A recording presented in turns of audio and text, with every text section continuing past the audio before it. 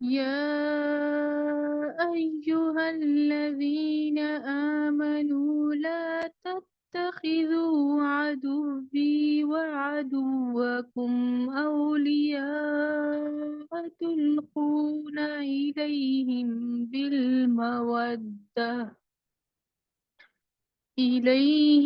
بالمودة وقد كفروا بما جاءكم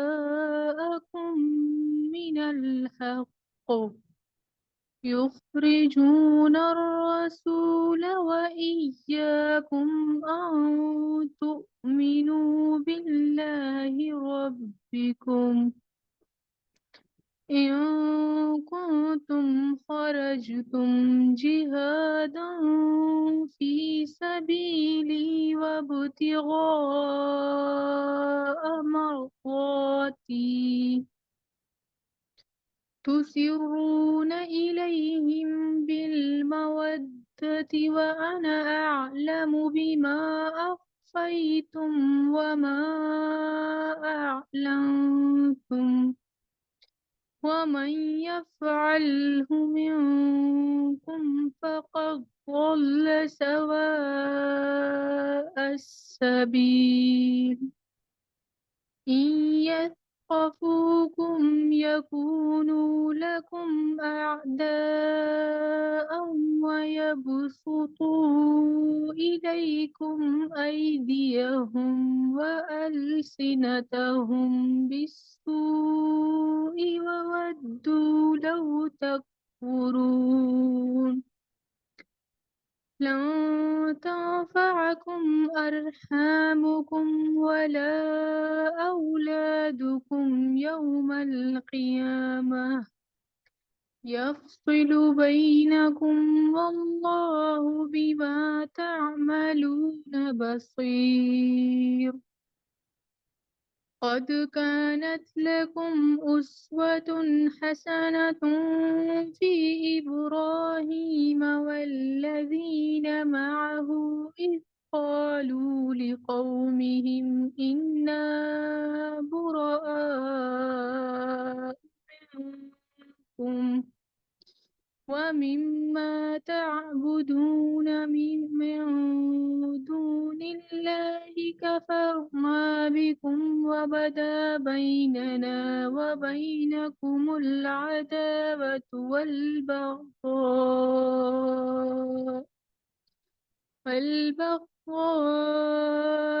أبدا حتى تؤمنوا بالله وحده إلا قول إبراهيم لأبيه لأستغفرن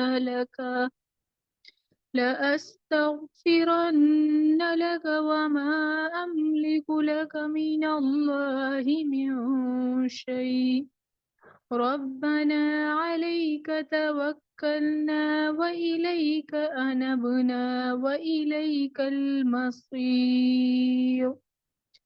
ربنا لا تجعلنا فتنة للذين كفروا واغفر لنا ربنا إنك أنت العزيز الحكيم.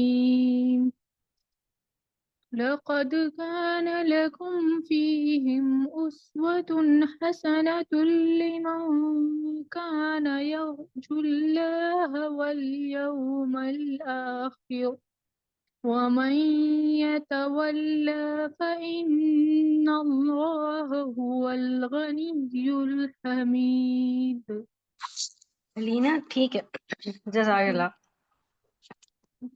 صدق اللہ العظیم. جزاک اللہ. ہم نے پہلے رکوع کی تلاوت کی ہے. اچھا، اب ہم اس کی تفسیر سٹارٹ کر دیتے ہیں. سورۃ الممتحنہ مدنی صورت ہے جس میں 13 آیتیں ہیں. اس کو اگر ہم ڈیوائڈ کریں تو اس میں 4 موضوعات نکلتے ہیں. پہلا پیراگراف اگر آیت نمبر 1 سے آیت نمبر 7 تک ہے، اس میں اس کا موضوع ہے سچے مومنوں کی اسلامی ریاست سے وفاداری. پھر ہمارے پاس دوسرا پیراگراف 2 آیتوں پر مشتمل ہوتا ہے، آیت نمبر 8 اور 9، جس میں اسلامی ریاست کی خارجہ پالیسی بیان کی گئی ہے. پھر ہمارے پاس تیسرا پیراگراف ہے آیت نمبر 10 سے آیت نمبر 12 تک، جس میں عورتوں کی شہریت کے قوانین اور تبادلہ مہر پہ اللہ تعالیٰ نے بات کی ہے. پھر چوتھے پیراگراف میں آیت نمبر 13 میں ریاست سے وفاداری اور کافروں سے قطع تعلق کی ہدایت کی گئی ہے. ٹھیک ہے، یہ ہمارے پاس 4 موضوعات ہیں سورۃ الممتحنہ میں. پھر اس کا اگر ہم کتابی ربط دیکھیں تو کتابی ترتیب کے اعتبار سے پہلے سورۃ الحدید ہے، پھر سورۃ المجادلہ، پھر سورۃ الحشر اور پھر سورۃ الممتحنہ. تو اللہ تعالیٰ سورۃ المجادلہ کی آیت نمبر 14 میں منافقین کے بارے میں فرماتے ہیں کہ کیا تم نے ان منافقین کو دیکھا جنہوں نے اس قوم یعنی یہود سے دوستی کر لی جس پر اللہ نے غضب فرمایا. پھر سورۃ الحشر میں بھی اللہ تعالیٰ نے منافقین کے بارے میں یہ بات فرمائی کہ یہودیوں کی جنگی حمایت کے بارے میں ساری باتیں جھوٹی ہیں. یعنی منافقین جو ہیں وہ یہودیوں کو سپورٹ کرنے کے لیے بہت سی باتیں کرتے تھے مومنین سے، تو وہ سب جھوٹی ہیں. یہاں سورۃ الممتحنہ کے آخر میں اللہ تعالیٰ مسلمانوں کو یہ حکم دے گا کہ ان لوگوں کو اپنا دوست نہ بناؤ جن پر اللہ نے غضب فرمایا ہے، یعنی یہود اور پھر یہود کے ساتھ دوستی کرنے والے یعنی منافقین.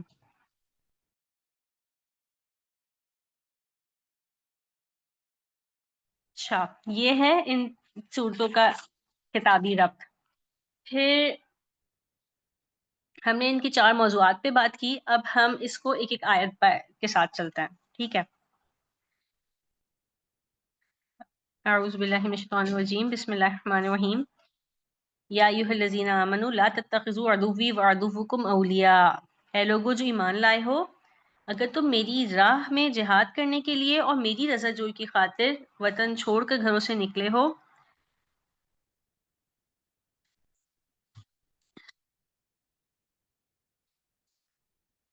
تو میرے اور اپنے دشمنوں کو دوست نہ بناؤ. اچھا، آپ لوگ ویسے اسکرین پہ بھی دیکھ سکتے ہیں یا پھر اگر سب کے پاس تفسیر کھلی ہو تو آسانی ہوگی سمجھنے میں. ٹھیک ہے، اچھا. تو میرے اور اپنے دشمنوں کو دوست نہ بناؤ، تم ان کے ساتھ دوستی کی طرح ڈالتے ہو، حالانکہ جو حق تمہارے پاس آیا ہے اس کو ماننے سے وہ انکار کر چکے ہیں، اور ان کی روش یہ ہے کہ رسول کو اور خود تم کو صرف اس قصور پر جلا وطن کرتے ہیں کہ تم اپنے رب اللہ پر ایمان لائے ہو. تم چھپا کر ان کو دوستانہ پیغام بھیجتے ہو، حالانکہ جو کچھ تم چھپا کر کرتے ہو اور جو اعلانیہ کرتے ہو ہر چیز کو میں خوب جانتا ہوں. جو شخص بھی تم میں سے ایسا کرے وہ یقیناً راہ راست سے بھٹک گیا. اچھا، اس آیت سے ہم سمجھتے ہیں کہ اس کا زمانہ نزول کیا ہے. صلح حدیبیہ اور فتح مکہ کے درمیان غالباً 7 یا 8 ہجری میں یہ صورت نازل ہوئی تھی. اور اس ٹائم پہ کیا واقع ہوا تھا، ایک مخلص صحابی، بدری صحابی حضرت حاتب بن ابی بلتہ نے مکہ میں موجود اپنے رشتہ داروں کو بچانے کے لیے فتح مکہ سے پہلے ایک اہم جنگی راز مکہ کی ایک لونڈی کے ذریعے قریش کو پہنچانے کی کوشش کی اور رسول صلی اللہ علیہ وسلم کی جنگی تیاریوں سے آگاہ کرنا چاہا. یعنی فتح مکہ سے تھوڑے پہلے کا ٹائم ہے جب پیارے نبی صلی اللہ علیہ وسلم نے مسلمانوں کو ہدایت دے دی ہے کہ ہمیں یعنی اپنے قریب ترین صحابیوں کو بتایا کہ ہمیں فتح مکہ کرنی ہے، اس کی تیاریاں شروع کر دیں. اور یہ بہت ایسی پلاننگ تھی جو سیکریسی میں ہوئی، جس کی وجہ سے اس میں بہت کم کوئی خون قتل و غارت گری نہیں ہوئی اور بہت آسانی کے ساتھ امن کے ساتھ مکہ فتح ہو گیا. اب اس ٹائم پہ ایک بہت جلیل القدر صحابی تھے، بدر میں شریک ہوئے تھے. ان صحابی سے کیا غلطی ہوتی ہے کہ ان کے گھر والے مکہ میں ہوتے ہیں، ان کے اپنے گھر والوں کی طرف سے یہ فکر اندیشہ لاحق ہوتا ہے کہ کیونکہ ان کا کوئی مشہور بڑا قبیلہ ان کے سپورٹ میں نہیں ہے جو ان کے گھر والوں کو بچا سکے، تو اس جنگ میں میرے گھر والے کو نقصان نہ پہنچے یا وہ نہ مارے جائیں.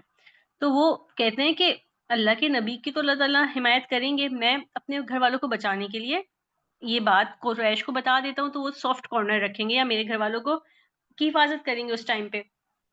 تو اس وجہ سے وہ ایک لونڈی کے ذریعے جو اس ٹائم پہ وہاں آئی ہوتی ہے، ایک خط جو ہے وہ قریش کو پہنچانے کی کوشش کرتے ہیں تاکہ ان کو فتح مکہ کے بارے میں پیارے نبی صلی اللہ علیہ وسلم کی پلاننگ سے آگاہ کر دیں.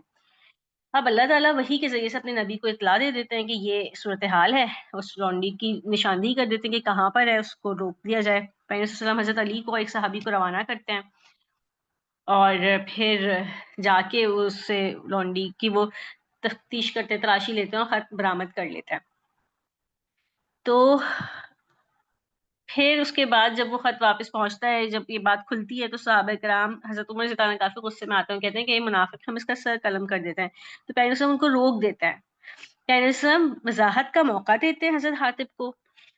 حضرت حاتب اپنی کمزوری کا اعتراف کرتے ہیں، پھر پیغمبر صلی اللہ علیہ وسلم ان کو درگزر کر دیتے ہیں. یعنی ہمیں تفسیر میں حدیث میں کچھ نہیں ملتا کہ کیا سزا دی گئی، ہو سکتا ہے کہ کچھ دی گئی ہو لیکن کوئی اس طرح کی بات، بہت بڑی بات نہیں ملتی. یعنی ایک وضاحت کا موقع بھی دیا گیا اور معاف بھی کیا گیا. پھر یہ کہ لیکن اللہ تعالیٰ نے قرآن میں اس بات پہ سرزنش کی اور اس پہ پھر یہ آگے ہماری جتنی آیتیں ہیں جس میں یہ اللہ تعالیٰ نے ہدایت کی ہے ان 7 آیتوں میں کہ مومن جو ہے اسلامی ریاست سے ہی وفادار ہوں گے اور وہی وفاداری کی بنیاد ہوگی. اسلام ہماری وفاداری کی بنیاد ہوگا، رشتہ داریاں یا گھر بار بچے اولاد یہ سب بنیاد نہیں ہوگا. ٹھیک ہے، تو اس بات کو اللہ تعالیٰ یہاں پہ اس طرح سے بیان کر رہا ہے کہ تم چھپا کر ان کو دوستانہ پیغام بھیجتے ہو، حالانکہ جو کچھ تم چھپا کر کرتے ہو اور جو اعلانیہ کرتے ہو ہر چیز کو میں خوب جانتا ہوں. جو شخص بھی تم میں سے ایسا کرے وہ یقیناً راہ راست سے بھٹک گیا.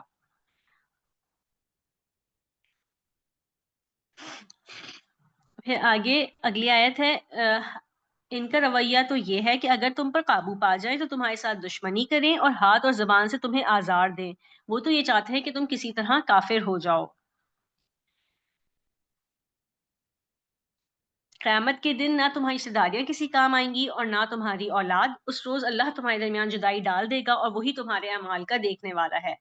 یعنی اللہ تعالیٰ نے یہاں پہ مسلمانوں کو بتایا کہ باؤنڈری سیٹنگ کیسے ہوتی ہے، مسلمان کے لیے ایک باؤنڈری کریٹ کیسے ہوگی، نان مسلمس کے ساتھ ڈیلنگز میں کیا چیز ہمارے لیے اہم ہوگی اور کیا چیز ہمیں نقصان پہنچائے گی. اگر مسلمان اس ٹائم پہ سافٹ کارنر رکھتے تو مسلمان تو اعلیٰ اخلاق کی بنیاد پہ ان کے ساتھ اچھا سلوک کر لیتے ہیں لیکن ان کی طرف سے ویسا ریسیپروکیٹ نہیں ہوتا. تو اللہ تعالیٰ یہ بتا رہے ہیں مسلمانوں کو واضح کہ ان کا رویہ یہ ہے کہ اگر تم پر قابو پائیں گے تو تمہارے ساتھ دشمنی کریں گے اور تمہیں تکلیف پہنچائیں گے. وہ تو یہ چاہتے ہیں کہ تم کسی طرح کافر ہو جاؤ. تو اس وجہ سے مسلمان پہلے سے اپنی باؤنڈری سیٹ کریں گے کہ نہیں، اگر کوئی فرد ان کے دین سے اختلاف رکھتا ہے تو اس فرد سے دوستی نہیں کرنی. اور پھر یہی کہ قیامت کے دن تمہاری رشتہ داریاں کسی کام نہیں آئیں گی، تمہاری اولاد کسی کام نہیں آئے گی جس کے لیے تم ابھی دنیا میں اتنا ٹائم اسپینڈ کرتے ہو، انرجی صرف کرتے ہو. اس ٹائم پہ اگر ہم اس سینیریو میں دیکھیں تو وہ ایک بہت بڑی غلطی تھی کہ اپنے رشتہ داروں کے لیے پیغمبر صلی اللہ علیہ وسلم کا ایک راز، ایک امانت افشا کرنے جا رہے تھے. تو اگر ہم اپنی سچویشنز میں دیکھیں تو ہم رشتہ داریوں یا گھر والوں یا اس وجہ سے اپنی کسی بھی فرائض میں کمی کوتاہی نہیں کر سکتے. دین کے معاملے میں ہم کسی کو آگے نہیں لا سکتے کیونکہ اللہ تعالیٰ کہتا ہے کہ قیامت کے دن کوئی آپ کے کام نہیں آئے گا. اگر آپ کی نمازیں ہیں، روزے ہیں اور ہر چیز ہے تو دوستوں، بہن بھائیوں یا رشتہ داروں یا پارٹیز یا فنکشنز کی بنیاد پہ ہم کسی چیز کو کمپرومائز نہیں کر سکتے. آگے اللہ تعالیٰ پیارے نبی حضرت ابراہیم علیہ السلام کی مثال دیتے ہیں. تم لوگوں کے لیے ابراہیم اور اس کے ساتھیوں میں ایک اچھا نمونہ ہے کہ انہوں نے اپنی قوم سے صاف کہہ دیا، ہم تم سے اور تمہارے ان معبودوں سے جن کو تم خدا کو چھوڑ کر پوجتے ہو قطعی بیزار ہیں. ہم نے تم سے کفر کیا اور ہمارے اور تمہارے درمیان ہمیشہ کے لیے عداوت ہو گئی اور بیر پڑ گیا جب تک تم اللہ واحد پر ایمان نہ لاؤ. مگر ابراہیم کا اپنے باپ سے یہ کہنا اس سے مستثنا ہے کہ میں آپ کے لیے مغفرت کی درخواست ضرور کروں گا اور اللہ سے آپ کے لیے کچھ حاصل کر لینا میرے بس میں نہیں ہے. اور ابراہیم اور اصحاب ابراہیم کی دعا یہ تھی کہ اے ہمارے رب، تیرے ہی اوپر ہم نے بھروسہ کیا اور تیری ہی طرف ہم نے رجوع کر لیا اور تیرے ہی حضور ہمیں پلٹنا ہے۔ اے ہمارے رب، ہمیں کافروں کے لیے فتنہ نہ بنا، اور اے ہمارے رب، قصوروں سے درگزر فرما، بے شک تو ہی زبردست اور دانا ہے۔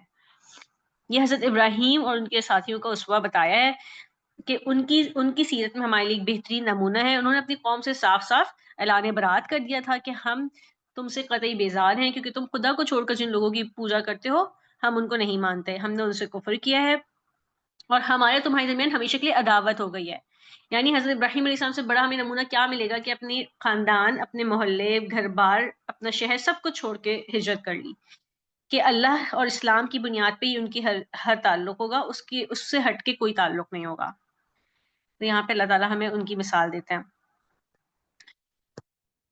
پھر آگے انہی لوگوں کے طرز عمل میں تمہارے لیے اور ہر اس شخص کے لیے اچھا نمونہ ہے جو اللہ اور روز آخر کا امیدوار ہو۔ اس سے کوئی منحرف ہو تو اللہ بے نیاز اور اپنی ذات میں آپ محمود ہے۔ یہ شروع کی 7 آیتیں تھیں جس میں اللہ تعالیٰ نے مسلمانوں کو یہ ہدایت دی ہے کہ مخلص مومنین کو اسلامی ریاست کا وفادار رہنا ہے، اور اسلامی ریاست کے بھی اگر ہم ایک تو یہ انفرادی حیثیت میں دیکھیں تو ہمیں اپنی دوستیاں دیکھنی ہے کہ ہم نان مسلم سے ڈیلنگ کیسے کریں گے یا کس حساب سے دوستیاں کریں گے، لیکن اگر ہم ریاست کی سطح سے دیکھیں تو یہ ایک پالیسی ہے اللہ تعالیٰ نے جو مسلمانوں کو بتا رہا ہے کہ اگر ریاست کی سطح سے دیکھو گے تو تمہاری دوستیاں، تمہاری ریاست کی دوستی کس قسم کی ریاستوں سے ہو سکتی ہے اور تمہاری ریاست کن قسم کی ریاستوں پہ ٹرسٹ نہیں کر سکتی، اس کے بارے میں مزید آگے آتا ہے۔ آیت نمبر 7 ہے عسى الله ان يجعل بينكم، بعید نہیں کہ اللہ کبھی تمہارے اور وبین الذین عادیتم منهم مودہ، اور ان لوگوں کے درمیان محبت ڈال دے جن سے آج تم نے دشمنی مول لی ہے، اللہ بڑی قدرت رکھتا ہے اور غفور اور رحیم ہے۔ یہ پھر فتح مکہ کے بعد کا ہی تذکرہ ہے کہ ابھی جن کو دشمن ہم کلاسیفائی کر رہے ہیں تو ہو سکتا ہے، بعید نہیں کہ اللہ تعالیٰ ان کے ہمارے درمیان محبت مودہ ڈال دے، اور ان کو، اور مودہ کی بنیاد کیا ہوگی؟ دین ہی ہوگا، اسلام ہوگا۔ اور اللہ تمہیں اس بات سے نہیں روکتا کہ تم ان لوگوں کے ساتھ نیکی و انصاف کا برتاؤ کرو جنہوں نے دین کے معاملے میں تم سے جنگ نہیں کی ہے اور تمہیں تمہارے گھروں سے نہیں نکالا ہے۔ اللہ انصاف کرنے والوں کو پسند کرتا ہے۔ وہ تمہیں جس بات سے روکتا ہے وہ تو یہ ہے کہ تم ان لوگوں سے دوستی کرو جنہوں نے تم سے دین کے معاملے میں جنگ کی ہے اور تمہیں تمہارے گھروں سے نکالا ہے اور تمہارے اخراج میں ایک دوسرے کی مدد کی ہے، ان سے جو لوگ دوستی کریں وہی ظالم ہے۔ ٹھیک ہے، یہ 2 اصول بتا دیے اللہ تعالیٰ نے۔ فورن پالیسی کیا ہو سکتی ہے؟ خارجہ پالیسی کسی بھی ملک کی، اسلامی ریاست کی کس بنیاد پہ ہوگی؟ وہ خارجہ پالیسی کیا ہوتی ہے کہ ہمارا ملک جو ہے وہ دیگر ممالک سے کس قسم کے روابط رکھے گا یا کس سے رکھے گا، کس سے نہیں رکھے گا۔ تو اگر ہم پاکستان کی فورن پالیسی اٹھا کے دیکھیں تو India, U S A, China اور ہر میجر ملکوں سے اس نے کچھ باتیں طے کی ہوئی ہیں کہ کیا کرنی ہے۔ تو یہاں پہ اللہ تعالیٰ بتا رہے ہیں کہ بنیاد کیا ہوگی۔ اگر وہ نان مسلم ممالک، غیر مسلم ممالک جو دین کے معاملے میں جنگ نہیں کر رہے، ان کے ساتھ نیکی کا برتاؤ، انصاف کا برتاؤ جائز ہے، ان کے ساتھ اچھے طریقے سے پیش آنا ہے، اللہ تعالیٰ اس بات سے منع نہیں کرتا۔ جنہوں نے تمہارے ساتھ دین کے معاملے میں جنگ نہیں کی، جنہوں نے نیکی اور تمہیں گھروں سے نہیں نکالا، جبکہ اس کے برعکس جو لوگ تم سے دین کے معاملے میں جنگ کر رہے ہیں اور تمہیں تمہارے گھروں سے نکال رہے ہیں اور تمہارے اخراج میں ایک دوسرے کی مدد کر رہے ہیں، ان لوگوں سے اللہ تعالیٰ نے دوستی کرنے سے منع کر دیا ہے۔ ٹھیک ہے، تو ایز اے مسلمان ہم امت واحد ہے نا، ہمارے اللہ تعالیٰ پیغمبر کی حدیث سے کیا ملتا ہے کہ اگر کسی ایک خطے کو بھی تکلیف ہوتی ہے تو پورے خطے کو تکلیف ہونی چاہیے، کیونکہ ہم ایک جسم کی مانند ہیں۔ تو اگر کہیں بھی مسلمانوں پر کوئی ملک ظلم کر رہا ہے تو ان کے ساتھ کوئی پالیسی بنانا، ان کے ساتھ ٹریڈز اور بزنس اسٹیبلش کرنا، یہ ہمارے دین میں نہیں ہے۔ اگر مسلمان یا اسلام کی بنیاد پہ کسی کو تکلیف پہنچائی جائے تو اس سے دوستی رکھنا اللہ تعالیٰ اس بات کی اجازت نہیں دیتا۔ پھر آگے اگلا پیراگراف ہے آیت نمبر 10، 11، 12، جس میں داخلہ پالیسی بتا رہے ہیں اللہ تعالیٰ کہ اندر کے قوانین کے بارے میں بتا رہے ہیں، ملک کے اندر کے قوانین۔ اے لوگوں جو ایمان لائے ہو، جب مومن عورتیں ہجرت کر کے تمہارے پاس آئیں تو ان کے مومن ہونے کی جانچ پڑتال کر لو، اور ان کے ایمان کی حقیقت اللہ ہی بہتر جانتا ہے۔ پھر جب تمہیں معلوم ہو جائے کہ وہ مومن ہے تو انہیں کفار کی طرف واپس نہ کرو، نہ وہ کفار کے لیے حلال ہے اور نہ کفار ان کے لیے حلال۔ ان کے کافر شوہروں نے جو مہر ان کو دیے تھے وہ انہیں پھیر دو، اور ان سے نکاح کر لینے میں تم پر کوئی گناہ نہیں جبکہ تم ان کے مہر ان کو ادا کر دو، اور تم خود بھی کافر عورتوں کو اپنے نکاح میں نہ روکے رہو. جو مہر تم نے اپنی کافر بیویوں کو دیے تھے وہ تم واپس مانگ لو, اور جو مہر کافروں نے اپنی مسلمان بیوی کو دیے تھے انہیں وہ واپس مانگ لے. یہ اللہ کا حکم ہے اور تمہارے درمیان فیصلہ کرتا ہے, اور اللہ علیم اور حکیم ہے. یہاں پر اللہ تعالیٰ نے ایک قانون صاف صاف بیان کر دیا ہے. صلح حدیبیہ میں یہ فیصلہ ہوا تھا کہ جو بھی مسلمان آ جائے گا بھاگ کر مکہ سے مدینہ, اس کو واپس کر دیا جائے گا. اور اسی ٹائم پہ حضرت ابو جندل آئے تھے اور سب مسلمانوں کو اتنا افسوس ہوا تھا کہ ان کو واپس کرنا پڑ رہا ہے, اور مسلمانوں کو اپنی شکست لگ رہی تھی. تو اس ٹائم پہ یہ عورتوں والا معاملہ جو ہے نا کلیئر نہیں ہو پایا تھا, یہ الفاظ کلیئر نہیں تھے اس صلح حدیبیہ کے معاہدے میں. اس معاہدے کو پڑھا جائے تو اس میں وہ الفاظ کلیئر نہیں ہے کہ کس کی بات ہو رہی ہے, خواتین شامل ہیں یا نہیں ہے. تو اس لیے بعد میں جب خواتین کا مسئلہ درپیش آیا تو یہ کنفیوژن ہی رہی کہ خواتین کو واپس کرنا یا نہیں کرنا, یہ مسئلہ ایک جھگڑے کا باعث بنتا رہا. تو یہاں پہ اللہ تعالیٰ نے پھر اس صورت میں صاف صاف ایک ہدایت جاری کر دی کہ اگر مسلمان عورتیں آئیں گی تو ان کو روک لیا جائے گا, لیکن روکا ایسے ہی نہیں جائے گا کہ بس جو بھی ہجرت کر کے آیا سب کو بھرتی کر لیا, سب کو اپنے ملک میں جگہ دے دی. نہیں, یہاں پہ اہم بات یہ ہے کہ اسلامی ریاست طیب اور طیبات کی ریاست ہے, یعنی پاکیزہ لوگوں کی ریاست ہے. جو ایمان لاتا ہے وہ پاک صاف ہو جاتا ہے. وہ جو کفر کی نجاست میں مبتلا لوگ ہیں ان کی ریاست نہیں ہے یہ. تو یہاں پہ اگر کوئی اسلام کا دعویٰ کر کے آ رہا ہے تو پھر کیا کرنا ہے, ان کی ایمان کی حقیقت, ان کے مومن ہونے کی جانچ پڑتال کرنی ہے. ٹھیک ہے, اللہ تعالیٰ نے یہ قانون بنا دیا کہ ان کی جانچ پڑتال کر لو, لیکن یہ کہ ایمان کی حقیقت اللہ ہی بہتر جانتا ہے. پھر اس کی تفسیر میں دیکھیں تو اس میں ملتا ہے کہ جانچ پڑتال کرنے کے لیے کیا طریقے ہوتے تھے. تو اس میں قسم لی جاتی تھی اور اپنی طرف سے پوری تفتیش اور تحقیق کی جاتی تھی کہ یہ بیزار ہو کے نہیں آئی, اپنے شوہر سے بھاگ کے تو نہیں آئی, یا صرف سیر کے لیے یا کسی اور جگہ چینج کرنے کے لیے تو نہیں آئی. مطلب یہ سب تفتیش کی جاتی تھی اور پھر اس کے بعد اللہ پہ معاملہ چھوڑا جاتا تھا. جب مطمئن ہو جاتے تھے کہ ہاں ایسا کوئی معاملہ نہیں ہے تو پھر اس کو اسلام کی بنیاد پہ لے لیا جاتا تھا. تو اس طرح تفتیش کر کے پھر مسلمان عورتوں کو آپ اپنی ریاست میں داخل ہونے کی اجازت دے دیں گے. پھر جب تمہیں معلوم ہو جائے کہ وہ مومن ہیں اور انہیں کفار کی طرف واپس نہ کرو. ٹھیک ہے, پھر جب ان کے ایمان پہ یقین ہو گیا تو پھر انہیں کفار کی طرف واپس نہیں کرنا ہے, کیونکہ وہ کفار کے لیے حلال نہیں ہے اور نہ کفار ان کے لیے حلال ہے. یہ بھی پھر ایک ڈیسائیڈڈ بات ہو گئی کہ جب ایمان لائے ہیں, اسلام قبول کیا ہے, تو وہ صرف ایسے کچھ گوشوں میں نہیں ہوگا بلکہ پوری زندگی پہ ہوگا. اس طرح جو یہ تعلقات ہیں, جو نکاح کا رشتہ ہے, یہ بھی اسلام کی بنیاد پہ ہوگا, اسی حیثیت سے قائم رہے گا. کافروں کے ساتھ نکاح نہیں ہو سکتا.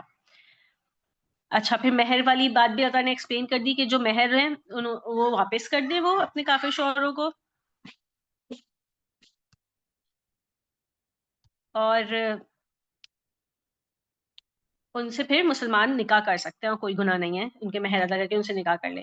اس طرح اگر کوئی کافر عورت کسی مسلمان کے نکاح میں ہے تو یہ بھی اس اللہ نے حرام کر دیا, یہ بھی الاؤ نہیں ہے. ان کے مہر بھی واپس کر دیے جائیں, مطلب وہ عورتیں بھی کافر عورتوں سے مہر واپس لے لیے جائیں اور ان سے نکاح ختم ہو جائے گا. پھر اگلی آیت میں ہے کہ اگر تمہاری کافر بیویوں کے مہروں میں سے کچھ تمہیں کفار سے واپس نہ ملے اور پھر تمہاری نوبت آئے تو جن لوگوں کی بیویاں ادھر رہ گئی ہیں ان کو اتنی رقم ادا کر دو جو ان کے دیے ہوئے مہروں کے برابر ہو, اور اس خدا سے ڈرتے رہو جس پر تم ایمان لائے ہو. اچھا, اس سے کیا بات سمجھ آئی کہ اگر تو وہاں سے مہر نہیں ملتا تو اللہ تعالیٰ نے کہا ہے کہ پھر اگر کسی کو یہاں سے کسی مسلمان عورت نے اپنا مہر واپس کرنا ہے تو وہ واپس نہ کرے, بلکہ اس مصحابی کے پاس وہ مہر چلا جائے گا جس کو واپس نہیں ملا ہے. پھر آگے آیت نمبر 12 میں اللہ تعالیٰ کہتا ہے, اے نبی صلی اللہ علیہ وسلم, جو تمہارے پاس مومن عورتیں بیعت کرنے کے لیے آئیں اور اس بات کا عہد کریں کہ وہ اللہ کے ساتھ کسی چیز کو شریک نہ کریں گی, چوری نہ کریں گی, زنا نہ کریں گی, اپنی اولاد کو قتل نہ کریں گی, اپنے ہاتھ پاؤں کے آگے کوئی بہتان گھڑ کر نہ لائیں گی, اور کسی امر معروف میں تمہاری نافرمانی نہ کریں گی تو ان سے بیعت لے لو, ان کے حق میں اللہ سے دعائے مغفرت کرو, یقیناً اللہ درگزر فرمانے والا اور رحم کرنے والا ہے. یعنی اللہ تعالیٰ یہاں پہ بیعت کرنے کے اصول بتا رہا ہے کہ کن کن باتوں پر بیعت لینی ہے. مومن عورتیں جب بیعت کے لیے آئیں تو ان باتوں کا عہد کرنا ہے کہ پہلی بات کیا ہے, شرک نہیں کریں گی, اللہ کے ساتھ کسی بھی چیز کو شریک نہ کریں گی. یہ بات سب سے اہم ہے کہ ان کے اندر ایمان اور وحدانیت کا صحیح کانسیپٹ ہو, اللہ کے ساتھ شریک نہ کرنے کا عہد پورا کریں. یہ عورتوں میں زیادہ بات ہوتی ہے نا کہ مزاروں پہ جانا یا شرک کرنے والی اس میں پڑھنا, تو یہاں پہ صاف صاف ان سے بھی عہد لیا جائے گا کہ وہ اللہ کے ساتھ کسی کو شریک نہ کریں گی. پھر چوری نہیں کریں گی، زنا نہ کریں گی، اپنی اولاد کو قتل نہ کریں گی. اس ٹائم پہ بہت کامن بات تھی اولاد کو قتل کرنے والی، تو اس بات پہ بھی عہد لیا جائے گا کہ وہ اپنی اولاد کو قتل نہ کریں گی. پھر اپنے ہاتھ پاؤں کے آگے کوئی بہتان گھڑ کر نہ لائیں گی، یعنی کسی بھی قسم کی بہتان ترازی میں شریک نہیں ہوں گی، اسپیشلی اگر کوئی اس قسم کی کسی کے متعلق بہتان ہو، اپنے متعلق یا کسی اور کے متعلق، تو وہ نہیں اس میں شریک ہوں گی. اور کسی امر معروف میں تمہاری نافرمانی نہ کریں گی. معروف کے حکم جب بھی ملے گا تو اس کی اطاعت کرنی ہے. تو ان سے بیعت لے لو، ان کے حق میں اللہ سے دعائیں مغفرت کرو، یقینا اللہ درگزر فرمانے والا اور رحم فرمانے والا ہے. تفسیر میں اس کی نا بہت ساری باتیں شامل ہیں کہ کس کس بات پہ کرنا ہے. ایک تو شرک کو بہت ایکسپلین کیا ہے کہ تمام دین کی بنیاد توحید خالص پر ہے، اس وجہ سب سے پہلے شرک سے اجتناب کا اقرار لینے کی ہدایت فرمائی گئی ہے. اور اگر شرک سے اجتناب کا شعور نہ ہو تو بہت سے لوگ شرک کی تمام آلودگیوں میں رہتے ہوئے بھی یہ سمجھتے ہیں کہ وہ توحید پر ہیں. اور چوری نہ کرنے کے کیا مطلب ہے کہ خدا کے حقوق میں کسی قسم کا غلط تصرف جس طرح ناجائز ہے، اسی طرح بندوں کے مال میں سے بھی بے جا تصرف ناجائز ہے. پھر تیسری چیز یہ کہ زنا کی مرتکب نہ ہو. زنا اور شرک کی مشابہت بہت زیادہ ہے، تو اس کی یعنی شرک سے بچنا اور ساتھ ساتھ زنا سے اوائڈ کرنا ہے. یہ تدبر القرآن میں ان دونوں کی ایکسپلینیشن دی گئی ہے کہ دونوں کی کیا مشابہت ہے. پھر چوتھی چیز یہ کہ اپنی اولاد کو قتل نہ کریں گی. زمانے جاہلیت میں یہ قتل اولاد کا ارتکاب جو ہے وہ بہت زیادہ تھا، تو اس زمانے میں جو ہے پھر اس بات کو لازمی طور پہ ممانعت کیا گئی اور اس کی ممانعت سب پر حاوی کی گئی. پانچویں چیز یہ ہے کہ کسی چیز کے متعلق خواہ مرد ہو یا عورت کوئی ایسا بہتان نہ تراشیں جس کا تعلق ان کے ہاتھوں اور پاؤں کے درمیان سے متعلق ہو. اس میں پردہ پوشی کے ساتھ پورا احاطہ بھی ہے. نہایت مہذب اسلوب سے ان تمام تہمتوں کی طرف اشارہ ہو گیا ہے جو جنسی نوعیت کی ہو سکتی ہیں، مثلا زنا وغیرہ. بہتان لگانا کسی بھی قسم کا ہو نہایت سنگین برائی ہے، لیکن جس بہتان کا تعلق جنسی امور سے ہو وہ بہت زیادہ سنگین ہو جاتا ہے. اس لیے اس طرح کا بہتان نہایت خطرناک حملہ ہے. اس سے معاشرے کے اندر بہت سے فتنے پیدا ہوتے ہیں، تو اس لیے اس چیز پہ اسپیشلی بیعت لی گئی. اچھا، پھر یہ بات کہ کسی معروف کی تعمیل میں تمہاری نافرمانی نہیں کریں گی. معروف یہاں منکر کے مقابلے میں استعمال ہوا ہے. جن جن باتوں کا حوالہ ہے ان سب کا تعلق منکرات سے تھا. تو اب ان میں معروفات یعنی نماز، زکوٰۃ، روزہ، حج اور عدل و احسان کے قسم کی چیزوں میں سے کسی چیز کا ذکر نہیں ہے. اس کی وجہ سے یہاں یہ اشارہ کیا گیا ہے کہ ان عورتوں کی بیعت کا ذکر ہے جو فتح مکہ کے دور میں بکثرت داخل ہو رہی تھی اور جن کے اندر زمانے جاہلیت میں یہ برائیاں پائی جاتی تھیں. تو اس لیے منکرات سے الگ الگ بچنے کی تلقین کی گئی اور پھر معروفات کا ایک کامنلی کہہ دیا گیا ہے.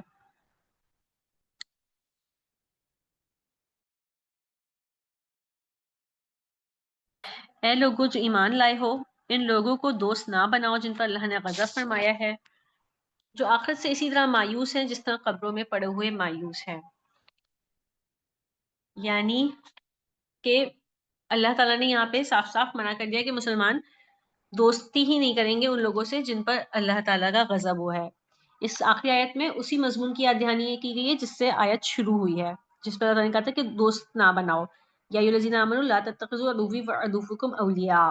اللہ اور اہل ایمان کے دشمن یہود بھی تھے اور مشرکین قریش بھی.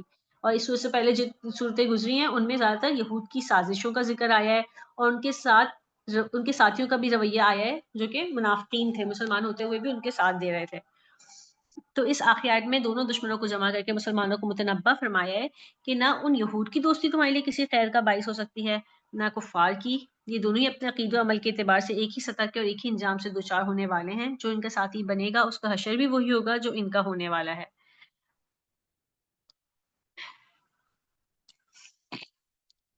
تو اللہ تعالیٰ نے یہاں جگہ مسلمانوں کو یہود اور کفار دونوں سے صاف صاف دوستی نہ کرنے کی ہدایت کی ہے. اگر ہم یہ صورت مکمل ہو گئی ہے. اگر اس صورت کا مرکزی مضمون دیکھیں تو اس میں ہمیں اسلامی ریاست کے استحکام کے لیے کافروں کو جنگی راز فراہم نہ کرنا، حضرت ابراہیم کی طرح رشتہ داروں کے مقابلے میں اسلام سے وفا کرنا، اسلامی ریاست سے وفادار رہنا، اپنی خارجہ اور داخلہ پالیسی میں قرآن سنت پر عمل کرنا اور غضب یافتہ یہودیوں سے قطع تعلق کر لینا ضروری ہے. یہ اس کا مرکزی مضمون ہے.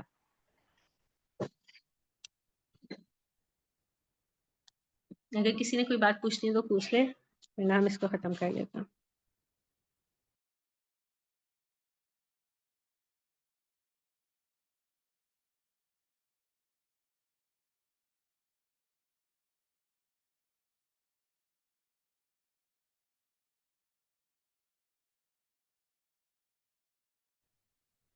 ٹھیک ہے، ہم اس صورت کا اختتام کرتے ہیں، ایک دفعہ ریکیپ کر لیتے ہیں۔ یہ 13 آیتوں پر مشتمل صورت ہے جس میں 4 مضامین ہیں۔ پہلے پیراگراف میں آیت نمبر 1 سے آیت نمبر 7 تک اللہ تعالیٰ نے مومنوں کو، سچے مومنوں کو اسلامی ریاست سے وفادار رہنے کی ہدایت کی ہے اور اس کے بارے میں تلقین کی ہے۔ پھر دوسرے پیراگراف میں جو کہ آیت نمبر 8 اور 9 ہے، اس میں اسلامی ریاست کی خارجہ پالیسی ایکسپلین کی ہے۔ پھر اگر تیسرے پیراگراف کو ہم ڈیوائڈ کریں 10 11 12 3 آیتوں کو، تو اس میں داخلہ پالیسی بتائی گئی ہے جو کہ عورتوں کی شہریت کے قوانین اور تبادلہ مہر پر مشتمل ہے۔ پھر آخری آیت میں ریاست سے وفاداری اور کافروں سے قطع تعلق کی ہدایت کی گئی ہے۔ ٹھیک ہے، اللہ تعالیٰ سے دعا ہے کہ اللہ تعالیٰ جو کچھ ہم نے پڑھا سنا اس پر ہمیں عمل کرنے کی اور اس کو ہمیں یاد رکھنے کی توفیق دے، آمین۔ السلام علیکم و رحمۃ اللہ وبرکاتہ۔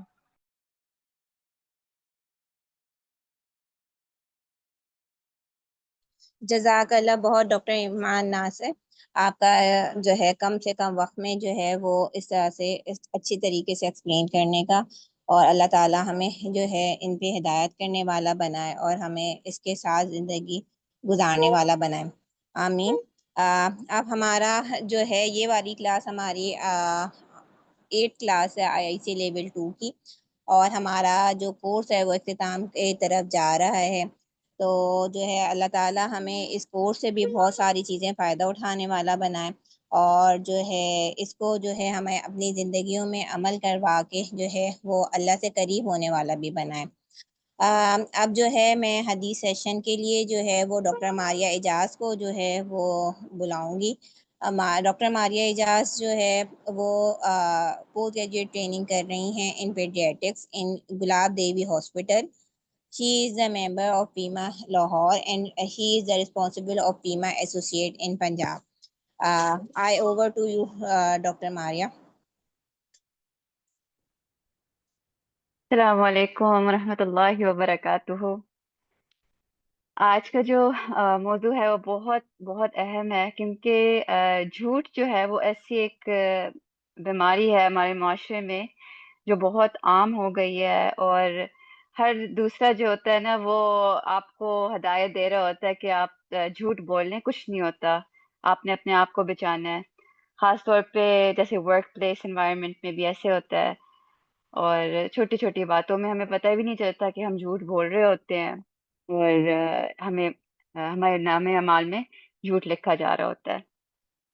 تو آپ صلی اللہ علیہ وسلم نے فرمایا کہ ایک مومن کے اندر بہت ساری برائیاں ہو سکتی ہیں، مگر مومن جو ہے وہ جھوٹا نہیں ہو سکتا۔ تو یہ والی بات جو ہے نا، یہ بس اپنے دل میں لکھوا لیں کہ مومن جو ہے وہ جھوٹ نہیں بول سکتا۔ جھوٹ بولنا جو ہے وہ ایک نفاق کی نشانی ہے، تو نفاق اور ایمان دونوں تو دل میں نہیں ہو سکتے۔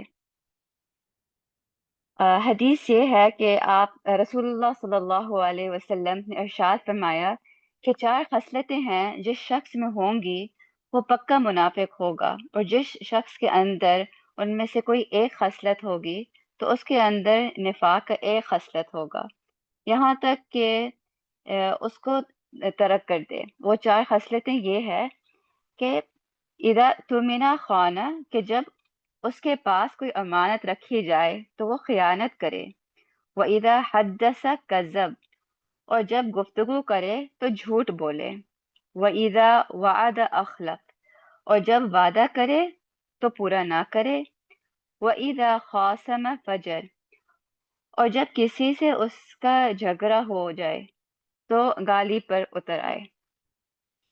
تو یہ ایسی 4 برائیاں ہیں کہ ایک چیز دوسری چیز کی طرف بھی لے کر جاتی ہے، کہ آپ جھوٹ بھی بولتے ہیں، پھر آپ امانتوں میں خیانت بھی کر لیتے ہیں، پھر آپ جھگڑا بھی کر لیتے ہیں، اپنے وعدے بھی نہیں پورے کرتے بھی نہیں، کہ کہتے ہیں نا ایک برائی دوسری برائی کی طرف لے کر جاتی ہے، اور ایک جھوٹ جو ہے وہ اور جھوٹ بولنے پر انسان کو مجبور کرتی ہے۔ تو ایسے ہی ایک ہے آگے ایک حدیث آئی ہے کہ جس میں آپ صلی اللہ علیہ وسلم نے فرمایا کہ سب سے بڑی خیانت یہ ہے کہ تم اپنے بھائی سے کوئی بات کہو اور وہ تمہاری بات کو سچ سمجھے، حالانکہ تم نے جو بات اس سے کہی وہ جھوٹی تھی۔ تو اکثر ہنسی مذاق میں بھی ایسے ہی ہوتا ہے کہ کبھی کبھار ہم ایسی بات کر لیتے ہیں کسی کے ساتھ، یا ایک گیدرنگ میں ایسے بات کر لیتے ہیں کہ ایسے ایسے ہوا بس یہ دیکھنے کے لیے کہ دوسرے شخص کا ریاکشن کیا ہوگا یا وہ کیا سوچے گا، مگر وہ دوسرا شخص جو ہوتا ہے وہ سوچ لیتا ہے کہ ہم تو سچ ہی بول رہے ہیں نا، کہ وہ جو بات کر رہا ہے وہ سچ بول رہا ہے۔ تو وہ اگر یہ بات وہ اگر وہ بات کو سچ سمجھ جائے تو وہ ایسے ہی ایک جھوٹ ہے کہ وہ امانت میں خیانت ہو گئی، کیونکہ اس شخص نے اس بندے کے اوپر بھروسہ کیا کہ وہ بندہ جو ہے وہ مجھے سچ بات ہی سنائے گا۔ تو ایسے ہی ایک برائی دوسری برائی کی طرف لے کر جاتی ہے۔ تو اس کے لیے بہت ایک پیاری دعا بھی ہے جو ہم دعا مانگ سکتے ہیں کہ اللہ تعالی ہمارے دلوں کو پاک کر دے۔ اللہم طہر قلب والنفاق وعملی من الریاء ولسانی من الکذب وعینی من الخیانت فإنک تعلم خائنۃ الأعین وما تخفی الصدور۔ تو ہم آنکھوں کی خیانت سے، جھوٹ بولنے سے، اپنی امانتوں میں خیانت سے، ان ساری چیزوں سے اللہ سے دعا کرتے ہیں کہ ان تمام برائیوں سے ہمیں دور رکھے۔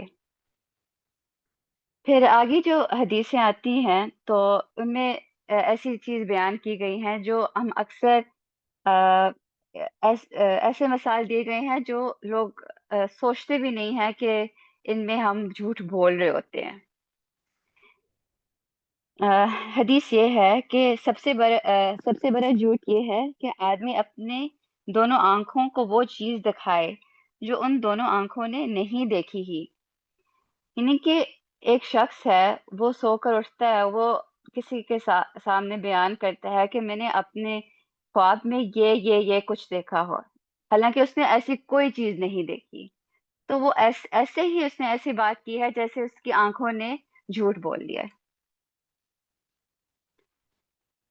پھر آگے حدیث جو آتی ہے اس میں یہ بتایا گیا ہے کہ یہ بھی جھوٹ ہو جاتا ہے کہ جب ہم تکلف میں بھی کوئی جھوٹ بول لیں، یہ بھی جھوٹ میں شامل کیا جاتا ہے۔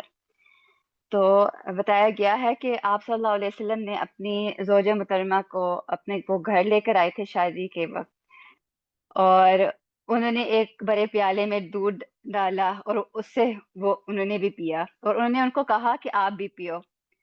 تو انہوں نے کہا کہ مجھے خواہش نہیں ہے، تو آپ صلی اللہ علیہ وسلم نے فرمایا کہ تم بھوک اور جھوٹ کو جمع نہ کرو۔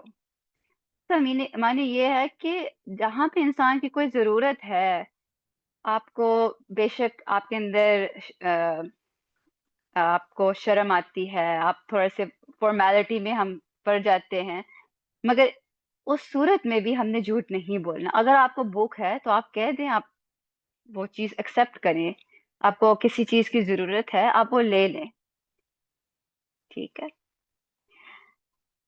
پھر ایسے ہی بتایا گیا ہے آگے کہ کبھی کبھار ہم بچوں کے ساتھ جھوٹ بول لیتے ہیں اور ہمیں پتہ بھی نہیں ہوتا کہ ہم نے جھوٹ بول لیا ہے۔ حضرت عبداللہ بن عمر رضی اللہ عنہ فرماتے ہیں کہ ایک دن جبکہ رسول اللہ صلی اللہ علیہ وسلم ہمارے گھر تشریف رکھتے تھے، میرے والدہ نے مجھے بلایا یہاں آؤ، میں تجھ کو ایک چیز دوں گی۔ تو حضور صلی اللہ علیہ وسلم نے فرمایا کہ تم اسے کیا دینا چاہتی ہو؟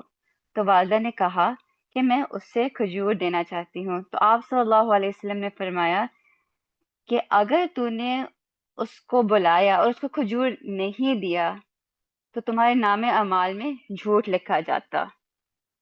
تو یہ کتنی ایک کامن چیز ہے نا کہ ہم بچوں کو انٹائس کرنے کے لیے یا چپ کرانے کے لیے ہم کہہ دیتے ہیں آرام سے کہ یہ نہ کرو، میں یہ کر دوں گی، یا یہ کوئی نہ کوئی طریقے سے ان کو چپ کرا لیتے ہیں یا بلا لیتے ہیں، مگر پھر ہم اگر وہ بات پوری نہ کریں نا تو وہ جھوٹ لکھا جاتا ہے۔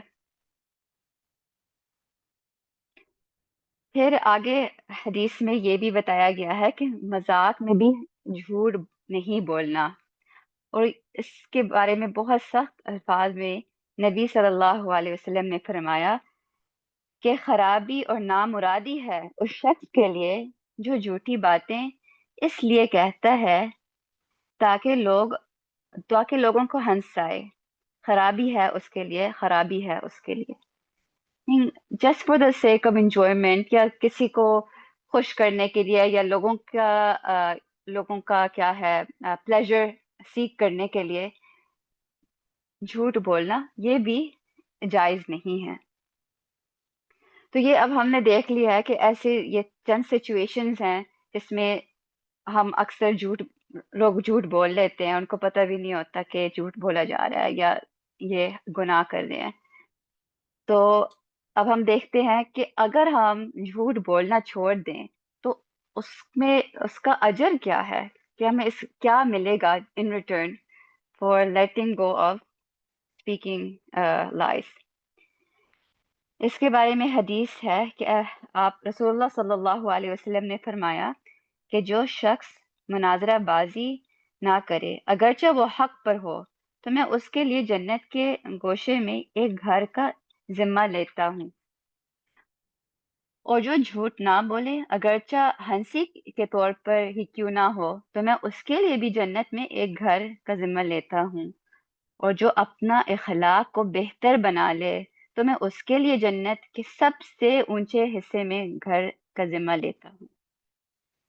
میننگ کہ just letting go of arguments اور lying just for the sake of fun یا کسی کو ہنسانے کے لیے، اور اپنا اخلاق کو بہتر بنانے میں اگر یہ کام کر لیں تو اللہ کے رسول کہتے ہیں کہ میں خود سے ذمہ لیتا ہوں کہ میں اس بندے کے لیے جنت میں ایک گھر کا ایک ذمہ لوں گا. آگے پھر حدیث میں ایسے ہی بات آپ صلی اللہ علیہ وسلم نے فرمایا کہ سب سے وزنی چیز جو قیامت کے دن مومن کے میزان میں رکھی جائے گی اس کا حسن اخلاق ہوگا، اور اللہ اس شخص سے بغض رکھتا ہے جو زبان سے بے حیائی کی بات نکالتا اور بد زبانی کرتا ہے.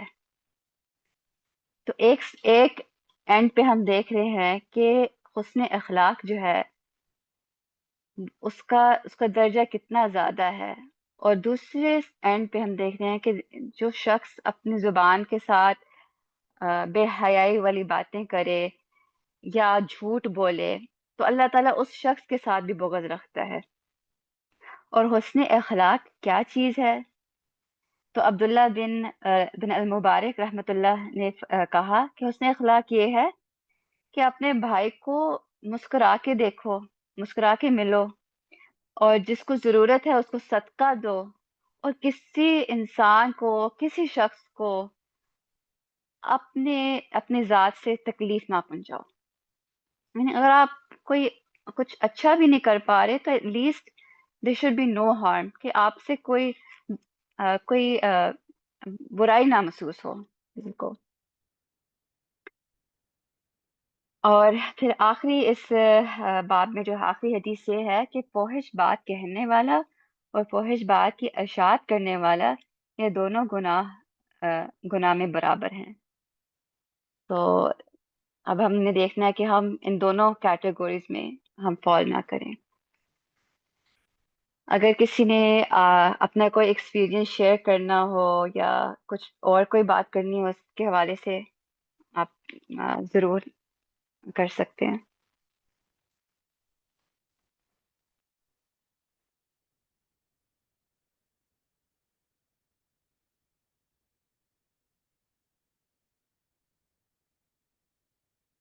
ٹھیک ہے، پھر یہ سیشن مکمل ہو گیا. اب لٹریچر پر ہم چلتے ہیں. مریم میں ایک بات رکھنا چاہتی. جی جی السلام علیکم ورحمۃ اللہ. میری آواز آ رہی ہے؟ جی عائشہ باجی اچھی آ رہی ہے آپ کی آواز. جی اچھا، میرا نام ڈاکٹر عائشہ ابوبکر ہے اور پیما شعبہ ایسوسیٹ مرکزی شعبہ ایسوسیٹ کی نگرانی میرے پاس ہے، اور بحیثیت ایک ڈاکٹر گیسٹرونٹرولوجی کی فیلڈ سے میں وابستہ ہوں۔ یہ بہت اہم ٹاپک اور بہت اہم چیز جو ابھی ڈاکٹر ماریہ نے ماشاءاللہ بڑے اچھے انداز میں سب تک منتقل کرنے کی کوشش کی، اور اس سے پہلے سورہ ممتحنہ میں کے اندر بھی ہم نے بہت ساری اس طرح کی چیزیں پڑھیں، اور اب انشاءاللہ آگے لٹریچر کے اندر ہم دائی اور دعوت کے اندر بھی بہت ساری اس طرح کی چیزیں پڑھیں گے۔ ہمیں نا بس تھوڑا سا یہ ضرور دیکھنا چاہیے، we are the leader of the leaders نا، قرآن جو ہمیں بات کرتا ہے، اور وہ ہمیں ایک دائی دین جو کہتا ہے وہ ہمیں basically leader of the leaders کہتا ہے کہ آپ نے آگے لیڈرز تیار کریں، تو ایک لیڈر کے اندر کون سی خصوصیات ہونی چاہیے۔ تو یہ تمام تر جو باتیں ابھی چل رہی ہیں یہ تمام لیڈر کی خصوصیات ہیں نا، اور چونکہ نبی کریم صلی اللہ علیہ وآلہ وسلم کے ہم امتی ہیں، آپ صلی اللہ علیہ وآلہ وسلم کو جو لقب دیا گیا وہ صادق اور امین کا دیا گیا، یعنی سچا اور امانت دار۔ جو شخص سچا ہوتا ہے وہی امانت دار بھی ہوتا ہے، جس کے اندر سچائی والی کیفیت نہیں ہوتی اس کے اندر پھر امانت داری بھی جو ہے نا وہ نہیں ہوتی نا، مطلب یہ دونوں چیزیں آپس میں ایک دوسرے کے ساتھ مشروط ہیں۔ بعض اوقات ہم یہ کہتے ہیں کہ ہم بےمانی نہیں کر رہے نا، لیکن اگر ہم واقعی سچے ہیں تو یقیناً ہم بےمانی نہیں کر رہے ہوں گے، لیکن اگر ہم سچے نہیں ہوتے کہیں پر تو ہم پھر بےمانی بھی کر رہے ہوتے ہیں، تو وہ خیانت والی چیز آ جاتی ہے۔ تو اللہ تبارک و تعالیٰ نے امت مسلمہ کو، امت محمدیہ کو جو پہلا لقب دیا نا بہت اہم، وہ صادق کا دیا اور دوسرا لقب امین کا دیا۔ تو نبی کریم صلی اللہ علیہ وآلہ وسلم کا امتی ہونے کی حیثیت سے سچا اور امانت دار ہونا ان کے امتیوں کا شرط کے لیے شرط ہے، اور وہی چیز نبی کریم صلی اللہ علیہ وآلہ وسلم مختلف حدیث کے ذریعے اور قرآن کے آیات کے ذریعے مجھے اور آپ کو سکھانا چاہتے ہیں۔ اچھا، بینگ اے ڈاکٹر میں ایک اور تجزیہ بھی رکھنا چاہوں گی، بلکہ آج کل میں ہی یہ میرے ساتھ ہوا، چونکہ میں ایک ڈپارٹمنٹ کے انچارج ہوں تو ظاہر ہے اس کو میں رن کر رہی ہوں، تو میرے پاس ہمارے پاس جب پیشنٹس آتے ہیں تو ہم ان کا نا شناختی کارڈ کے اوپر جو ہے نا وہ انٹریز کرتے ہیں ہیپیٹائٹس کے حوالے سے، اور پھر ان کا ٹیسٹ بھی کرتے ہیں۔ تو آج بھی بلکہ ایک پیشنٹ کو بھیجا میرے پاس ہمارے ہاسپٹل کے ایک انچارج یعنی ایم ایس نے، اور کہا کہ جناب ان کا جو ہے نا ہیپیٹائٹس کا ٹیسٹ کروا دیجیے۔ تو ان سے جب شناختی کارڈ مانگا گیا تو ان خاتون کا جن کا ہونا تھا ٹیسٹ، ان کا اپنا شناختی کارڈ موجود نہیں تھا، اور انہوں نے کہا کہ میرے ہسبینڈ کا شناختی کارڈ موجود ہے تو اس پہ کر دیجیے۔ تو میری اسٹاف نرس نے ان سے کہا کہ جی اپنا شناختی کارڈ چاہیے ہوتا ہے، ادروائز آپ کا بے فارم جو ہے وہ بھی آپ کے جو ہے وہ شناختی علامت ہے، ان دونوں چیزوں کے اوپر ہی ہم ٹیسٹ کر سکتے ہیں، اس کے علاوہ نہیں کر سکتے۔ اور جس کا ٹیسٹ ایک دفعہ انٹر ہو جائے شناختی کارڈ ایک دفعہ ٹیسٹ ہو جائے تو بار بار اس کا فری آف کاسٹ نہیں کیا جا سکتا۔ اب وہ صاحب جو تھے جن کی وائف کا ٹیسٹ ہونا تھا وہ گئے ہیں ایڈمنسٹریشن کے پاس، اور پھر دوبارہ ایڈمنسٹریشن کی طرف سے کال آئی ہے میری اسٹاف کو، اور انہوں نے یہ کہا کہ جناب میڈم سے کہیے کہ ان کا جو ہے نا ایسے ہی کر دیں، شناختی کارڈ کے بغیر کر دینا۔ تو میری اسٹاف نے پھر دوبارہ ان کو سمجھایا کہ میڈم جو ہے نا وہ ایسے نہیں کرتے ہیں، ہمیں تو ظاہر ای ایم آر کے اوپر انٹری کرنی ہوتی ہے، اور تو ظاہر یہ تو بےمانی والی بات ہے کہ ہم جہاں سب لوگوں کا ان کے اپنے ذاتی شناختی کارڈ کے اوپر کر رہے ہیں تو وہاں ان کے ہسبینڈ کا شناختی کارڈ نمبر ہم ڈالیں اور نام جو ہے وہ فیمیل کا لکھیں، یہ کتنا بڑا غلط بیانی ہے، یہ تو ممکن نہیں ہو سکتی۔ تو اس کے بعد جو ہے نا انہوں نے کچھ تھوڑی سی دھمکیانہ امیز کچھ باتیں کہیں میری اسٹاف کو، اور بہرحال مجھے نہیں اندازہ کہ کس قسم کی باتیں کی، لیکن پھر بعد میں اسٹاف نے آ کے مجھے یہ والی بات بتائی کہ ایڈمنسٹریشن کی جانب سے جو ہے نا یہ والی بات تھی میڈم، لیکن میں نے ان کو یہ بتا دیا کہ جو ہے نا وہ میڈم نہیں کرنے دیتی، ہمارے ڈپارٹمنٹ میں ایسے نہیں ہو سکتا، جس کا شناختی کارڈ اپنا ہے وہ اپنا ہی یوز کر کے استعمال کر سکتا ہے، اس کو کوئی اور نہیں کر سکتا۔ تو بہرحال اس نے ماشاءاللہ ایک اچھا اسٹیپ لیا، اور میں نے پھر اس کو کہا بیک اپ پہ کہ آپ بے فکر رہیے کہ اگر مجھ سے پوچھے گی ایڈمنسٹریشن تو آپ اس سے کہہ دیجیے گا کہ directly head of the department سے بات کیجیے۔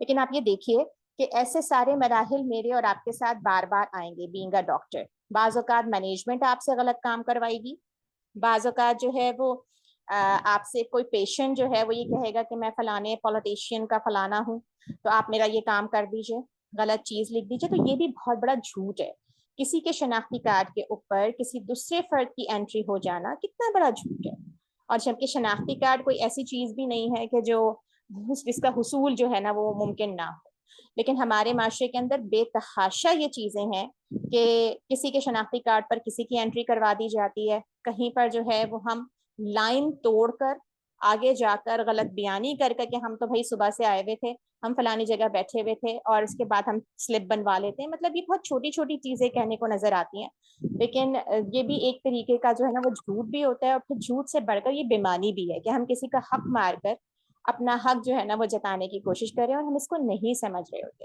اور پھر وہ نبی کریم صلی اللہ علیہ وسلم کی حدیث میں بات کریں نا، جو انسان جھوٹا ہو سکتا ہے تو پھر وہ سب کچھ ہو سکتا ہے. تو اللہ تبارک و تعالیٰ ہمیں سے محفوظ رکھے. لیکن اس کی نا بار بار بار بار جسے کہتے ہیں نا محاسبہ کرنے کی ضرورت ہوتی ہے کہ کہاں پر ہمارا ایمان کا جو ہے نا وہ جس طرح سے اس کی آزمائش ہو رہی ہے. اور بعض اوقات جھوٹ ہم یہ بھی کہہ کے کہہ دیتے ہیں کہ ہم جناب اس والے معاملے میں تو جھوٹ جائز تھا نا. تو اس بات کو بھی ہمیں مد نظر رکھنا چاہیے کہ جھوٹ کسی بھی معاملے میں جائز نہیں ہے، ورنہ نبی کریم صلی اللہ علیہ وسلم خود اس کی اجازت دیتے، سوائے اس جگہ کی بات کی گئی کہ جہاں کسی کا گھر ختم ہو رہا ہو اور اس گھر کو بچانے کے لیے جو ہے نا وہ آپ کو بولنا پڑے. صرف اس والے معاملے کے علاوہ کسی اور دوسرے معاملے کے حوالے سے یہ بات نہیں کہی گئی. لیکن اکثر اوقات ہم یہ بات خود کہہ دیتے ہیں کہ یہاں تک تو ہم حکمت کے تحت جھوٹ بول رہے تھے. نبی کریم صلی اللہ علیہ وسلم نے کہیں بھی ہمیں حکمت کے تحت بھی جھوٹ بولنے کی بات نہیں کی. تو یہ وہ بات تھی جو میں چاہ رہی تھی کہ آپ تمام مومنات کے سامنے رکھوں. جزاک اللہ خیر.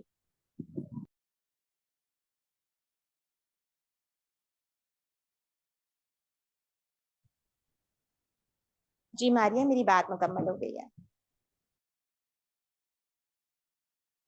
جزاک اللہ ڈاکٹر ماریہ اور ڈاکٹر عائشہ اس کا ریبریٹ کرنے کا پورے حدیثوں کو، اور اللہ تعالیٰ ہمیں جھوٹ کی چیزوں سے اور جھوٹ سے ہمیں بچائے. اب میں جو ہے وہ دعوت جو ہے وہ ڈاکٹر صدف نظر کو دوں گی، جو ہمارا لٹریچر سیکشن ہے ان کو کنڈکٹ کروانے کے لیے. ڈاکٹر عائشہ ڈاکٹر صدف نظر جو ہے وہ she is graduated from SMC in 2006 and currently she is president of Karachi Pima Women Wing. Over to you, Dr. Sadaf. جزاک اللہ ڈاکٹر حالہ. سب کو السلام علیکم ورحمۃ اللہ وبرکاتہ. آئی ہوپ کہ میری آواز سب کو پہنچ رہی ہے. جی پہنچ رہی ہے. چلے الحمد للہ. بہت ہی اچھا لگ رہا ہے کہ آپ سب لوگ جو ہے وہ اس طرح بیٹھتے ہیں، پڑھتے ہیں، سنتے ہیں. اللہ تعالیٰ اس سارے عمل کو قبول کرے اور ہم سب کے لیے مفید بنائے اس کو. اس وقت جو ہماری بک ڈسکشن کا جو ٹائم ہے، لٹریچر بک کتاب جس کو سلیکٹ کیا گیا ہے وہ ہے رب کا پیغام، اور یہ خرم مراد صاحب کی کتاب ہے. بہت ہی ایزی لینگویج ہے، ان کی جو الفاظ ہیں وہ بہت عام فہم ہوتے ہیں. تو آج کا جو ٹاپک ہے، کسی کو پتہ ہے کہ آج کا ٹاپک کیا ہے؟ داعی اور دعوت. اچھا، میں چاہوں گی کہ ہم اس سیشن کو تھوڑا سا انٹریکٹیو رکھیں. اب ایک تو چیز ہوتی ہے کہ آپ سب لوگوں کو میری آواز تو پہنچ رہی ہے، لیکن آر یو لسننگ اور not? I am not sure. تو آپ میں سے اب مجھے کوئی یہ بتائے کہ کتنے لوگ ہیں جو آلریڈی دعوت کا کام کر رہے ہیں یا داعی دین ہیں؟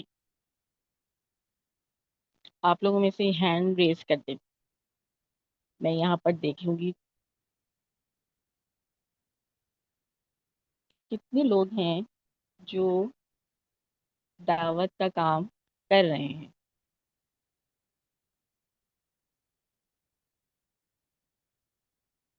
چلے میں اپنے کوشچن کو چینج کر دیتی ہوں. کتنے لوگ ہیں جو دعوت کا کام کرنا چاہتے ہیں اور کرنا سیکھنا چاہتے ہیں؟ یہ جو ہم کلاسز لے رہے ہیں، ڈاکٹر عائشہ نے جیسے ابھی کہا کہ ہم لیڈرز آف دا لیڈرز ہیں نا. لیڈر کون ہوتا ہے؟ جس کے پیچھے لوگ چلتے ہیں، عوام جس کے پیچھے چلتی ہے وہ ہوتا ہے نا لیڈر. بہت اچھی طرح ہم واقف ہیں پاکستانی لیڈرز کی کہانیاں. تو لیڈر وہ ہوتا ہے جس کے پیچھے عام پبلک چلتی ہے. اور دعوت کس کو کہتے ہیں؟ پکارنے والے کو.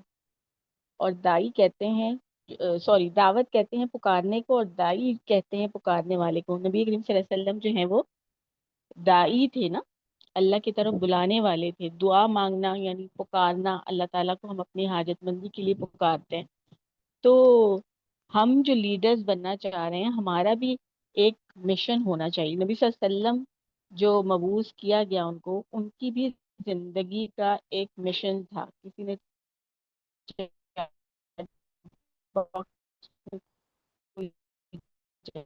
آپ نظر چیک کر دوں، ہم یہی دیکھیں گے کہ نبی کریم صلی اللہ علیہ وسلم جو داعی دین، داعی اعظم تھے، وہ کیوں مبعوث ہوئے، پیغام کیا لے کر آئے، اور ہمیں اب آگے جو ہے وہ کیا کرنا ہے.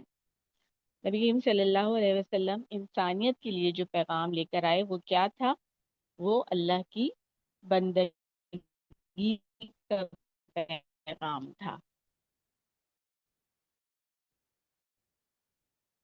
آپ لوگ سے کوئی ریڈ کرنا چاہے گا موجود ہے، وہ بہت ایکٹیویٹ کرتی ہے ڈسکشن میں یا پڑھنے کے لیے راضی ہو جائے گی کہ نہیں. تو آئی ووڈ لائک کہ آپ لوگوں میں سے کوئی اس کو تھوڑا سا ریڈ کرے. یہ سورہ یونس کی آیت ہے، کوئی اس آیت کو ریڈ کرے گا ہمارے لیے؟ چلے ہم دیکھتے ہیں. 8 سے بہت ساری لڑکی ہیں ہمارے پاس. یہ ہیں ریحاب، آپ پڑھیں گی؟ ریحاب فیاض.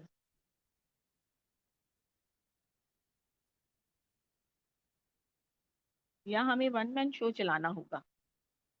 چلے میں پڑھتی ہوں. سورہ یونس کی یہ آیت ہے. اعوذ باللہ من الشیطان الرجیم، بسم اللہ الرحمن الرحیم. قل یا ایھا الناس ان کنتم فی شک من دینی فی السلام دینی. علیکم ڈاکٹر صدف، آپ کی اسکرین نہیں شو ہو رہی. مجھے اسکرین نہیں نظر آ رہی؟ اچھا، لیٹ می چیک. سوری.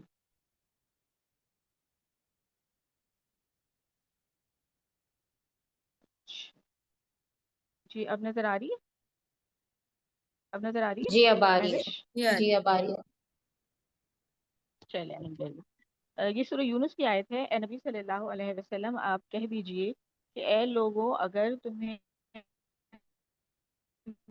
میرے دین کے بارے میں کوئی شک ہے تو سن لو. میں ان کی بندگی بلکہ میں صرف اللہ کی بندگی کرتا ہوں جو تم کو موت دیتا ہے، اور مجھے حکم دیا گیا ہے کہ میں ایمان لانے والوں میں سے ہو جاؤں. رب اشرح لی صدری ویسر لی امری واحلل عقدۃ من لسانی یفقہوا قولی.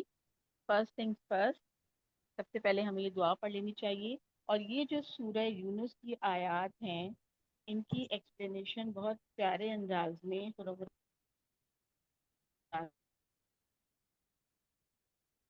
آپ نے اپنی اس کتاب میں کی ہے، جو پڑھنے چاہیے. کچھ ہوں گے جن کو ہمیں سمجھنا ہے، اور کچھ ہمارے پاس ٹرمز ہیں جن کو ہم نے سمجھنے کی کوشش کرنی. تو یہاں جو سب سے پہلی چیز ہے وہ ہے اللہ کی بندگی. نبی کریم صلی اللہ علیہ وسلم کو مخاطب کر کے کہا جا رہا ہے کہ تمہیں اس بارے میں کوئی شک اور کوئی شبہ نہ ہو کہ دین کیا ہے. دین اس کے سوا اور کچھ نہیں ہے کہ اللہ کے سوا کسی کی بندگی نہ کی جائے. اور بندگی کس کو کہتے ہیں؟ عبادت کا جو لفظ ہے، اللہ کی پرستش، اس کے ساتھ محبت کا تعلق، اس کی اطاعت، صرف اسی سے نفع اور نقصان کی حاجت اور امید رکھنا، یہ عبادت کا معنی ہے. یہ آپ کو آخری جو لائنز نظر آ رہی ہیں اس کے اندر یہ لکھا ہوا ہے. عبادت کا جو لفظ ہے اس کے معنی کیا ہے. ہمارے ذہن میں کیا ہوتا ہے؟ کچھ لوگ ہوتے ہیں بت پرست ہیں، ہے نا، بتوں کی پوجا کر رہے ہیں. پوجا پاٹ کرنا، کسی کے آگے جھکنا، کسی سے مدد مانگنا، ہے نا. اور اس میں جو ایک ایلیمنٹ ہے کہ اس کی اطاعت کرنا، اسی سے نفع اور نقصان کی حاجت اور اسی سے امید رکھنا، ہے نا. یہ سارے عبادت کے مفہوم کے اندر داخل ہیں. اور اللہ تعالیٰ جو ہے وہ اپنے نبی کو ہدایت کر رہے ہیں کہ آپ سارے انسانوں کے سامنے اس بات کا اعلان کر دیجئے کہ میری جو دین کا خلاصہ ہے وہ پورا کا پورا خلاصہ یہی ہے کہ میں اللہ کی عبادت کروں اور ایسی بندگی کروں کہ زندگی شامل نہ ہو. میں اور آپ بھی مسلمان ہیں نا، تو جیسے کہ کیا جانماز. ہم بھی واقعی صرف اور صرف اللہ کی بات کریں؟ کیا ایسا ہی ہے کہ ہم صرف اللہ کی عبادت کرتے ہیں، صرف اسی سے نفع اور نقصان کی امید رکھتے ہیں، اور اللہ کے علاوہ جو ہے وہ کسی اور چیز کی عبادت نہیں کرتے. کون کون سے معبود ہیں؟ پیارے نبی صلی اللہ علیہ وسلم کی ایک حدیث ہے نا کہ سب سے برا بتوں میں سے برا بت جس کی عبادت کی جاتی ہے وہ کیا ہے؟ وہ اس انسان کا اپنا جو ہے وہ نفس ہے، جس کی عبادت کی جاتی ہے، جو انسان خواہشات ہوتی ہیں اور جو انسان کے وشز ہوتی ہیں، انسان اسی کا بندہ بن جاتا ہے، اسی کے آگے سر جھکا دیتا ہے. محبت، کبھی اپنے شوہر کی محبت، کبھی اپنے والدین کی محبت، کبھی اولاد کی محبت. آپ دیکھتے ہیں اولاد کی محبت میں انسان کیا کیا غلط کام کرتا ہے نا. پیسے کمانے کی جو ایک دوڑ لگی ہوئی ہے اور نظر آ رہی ہے ہمیں، اور ہم بھی بہت کانشیس ہوتے ہیں کہ آگے کی زندگی میری کسی طرح لگژریس ہو جائے، کسی طرح میں ویل آف میری لائف ہو جائے، اور میرا اسٹینڈرڈ جو ہے وہ لائف کا بڑا اچھا ہو جائے. تو ان ساری چیزوں کی جو محبت ہے وہ غالب آ جاتی ہے، اور انسان پھر اللہ کی اطاعت کے دائرے سے نکل کے کسی اور کی میں چلا جاتا ہے. کیا ایسا ہوتا ہے ہم 24 آور صرف یہ سوچیں کہ ابھی میں جو کام کرنے جا رہی ہوں اس میں اللہ کی اطاعت ہے، اللہ کی رضا ہے، یا اس میں اللہ کی ناراضگی ہے؟ یہی تو عبادت کا معنی ہے نا، کہ ہماری جو وفاداری ہے، ہماری جو اطاعت ہے، ہم جو کہنا مان رہے ہیں وہ سارا کا سارا ہمیں اللہ رب العالمین کا کہنا ماننا ہے. ایک جو بہت امپورٹنٹ ایلیمنٹ یہاں اور انہوں نے ایکسپلین کیا ہے عبادت کا، کہ انسان کی جو وفاداری ہے، ایک مسلمان کی جو وفاداری ہے وہ اللہ کے علاوہ کسی اور سے نہ ہو. اب کوئی مجھے، آپ لوگ خود ہی یہ سوچیں کہ لائلٹی کیا ہوتی ہے. ہم کون سا فرد ہے جس کو ہم سمجھتے ہیں کہ سب سے زیادہ لائل ہونا چاہیے نا؟ بیوی کو اپنی شوہر کا لائل ہونا چاہیے، ہے نا. اور کون سا جانور ہے جو بہت وفاداری میں مشہور ہے؟ کتے کے بارے میں ہمیں پتہ ہے نا، بہت وفادار ہوتے ہیں. اچھا، وفاداری کا پتہ کیسے چلتا ہے کہ یہ بیوی بہت وفادار ہے اپنے شوہر کی؟ پتہ کیسے چلتا ہے؟ جب وہ شخص وہاں نہیں موجود ہوتا. تو اللہ تعالیٰ بھی ہمیں نظر نہیں آ رہے، تو ہم اپنی وفاداری کا اظہار کس طرح کر سکتے ہیں؟ کوئی ایسا نہیں، فرشتے ایسے نہیں کرتے کہ اگر ہم کوئی غلط کام کرنے لگیں تو فوراً سے ہمارے ہاتھ جو ہے وہ جل جائیں، یا فوراً سے کوئی اللہ تعالیٰ کی طرف سے اوپر سے کوئی آفت آ جائے. ایسا کچھ بھی نہیں ہوتا نا. تو اللہ تعالیٰ باوجود اس کے کہ وہ ہر جگہ ان کا علم موجود ہے، لیکن ہمیں نظر نہیں آ رہے. تو اس سچویشن میں جو ایمان بالغیب ہے، اس سچویشن میں وفاداری کا ادا کرنا، یہ دراصل عبادت ہے. تو پہلی جو ٹرم ہے وہ کیا ہے؟ اللہ کی بندگی، اللہ کی عبادت، اللہ کی غلامی، اس کے ساتھ وفاداری اور اس کے ساتھ اطاعت. آگے چلیں. اس کے بعد اللہ تعالیٰ فرما رہے ہیں وَأُمِرْتُ أَنْ أَكُونَ مِنَ الْمُؤْمِنِينَ. یہ عربی کی آیت آپ کو نظر آ رہی ہو اگر، کہ پہلی چیز جو حکم دیا گیا ہے وہ یہ ہے کہ میں ایمان لانے والوں میں سے ہو جاؤں، یعنی عبادت گزار بندہ. اور جو سب سے پہلی جو دائی کی پری ریکوزٹ چیزیں ہیں ان کے بارے میں سب سے پہلی چیز کیا ہے؟ کہ وہ ایمان لانے والا ہو. ایمان کس کو کہتے ہیں؟ ایمان کہتے ہیں یقین کی وہ کیفیت کہ جہاں پر ہمارا عمل جو ہے وہ بدل جائے. یہ ایک ہماری اسٹوڈنٹ لائف میں ہماری باجی نے ہمیں سکھایا تھا. عائشہ بھی ہمارے ساتھ ہیں، عائشہ کو بھی یاد ہوگا، ایمان کو بھی یاد ہوگا. یہ وہ ڈیفینیشن ہے کہ جو آج تک مجھے بھی یاد ہے، کہ ایمان جو ہے وہ یقین کی اس کیفیت کا نام ہے کہ جہاں ہمارا عمل بدل جائے. ایک چھوٹا بچہ ہوتا ہے، اگر وہ سوئچ بورڈ میں ہاتھ ڈالے تو ہم فوراً سے جا کر اس کا ہاتھ پیچھے کرتے ہیں. ہم کہتے چلو چلو ٹھیک ہے جانے دو، بچہ یہ کھیل ہے کوئی بات نہیں. ہمیں یقین ہوتا ہے کہ آگے اس کے لیے خطرہ ہے تو ہم اس کو فوراً روکتے ہیں. ٹھیک ہے، ایک تو ایمان یہ ہے. ایک اور جو ایمان ہے جس کا یہاں تقاضا کیا جا رہا ہے اس بندے سے جو عبادت گزار بھی ہے، اللہ کو اپنا معبود مانگتا ہے، وہ کون سا ایمان ہے؟ یہاں وہ ہے الگ سے ایک کمٹمنٹ کیا ہوا ہے ہم نے، میں نے اور آپ نے، ایمان ایک معاہدے کا نام ہے. ایمان اس بات کا نام ہے کہ بندہ اپنی جان و مال سب کچھ اللہ کے ہاتھ میں بیچ دے. ایمان اللہ کو اپنی زندگی کا ہدف اور مقصد بنانے کا نام ہے. ایمان اپنے آپ کو اللہ، اپنی زندگی کو اللہ کے حضور پیش کرنے کا نام ہے، جس کو کہتے ہیں کہ ہمارا جو سینٹر ہے وہ کیا ہوگا؟ اللہ کی ذات ہو جائے. ایمان اللہ کی ہر بات پر یقین رکھنے کا نام ہے. اس لحاظ سے بندگی کا یہ تقاضا ہے کہ بندہ صرف اللہ کے اوپر ایمان رکھے. اچھا، اب ہم دوسری بات پہ آ جاتے ہیں. وَأَنْ أَقِمْ وَجْهَكَ لِلدِّينِ حَنِيفًا، اور یہ کہ سیدھا کرو ٹھیک ٹھیک اپنے چہرے کو دین کے لیے حنیف بن کر.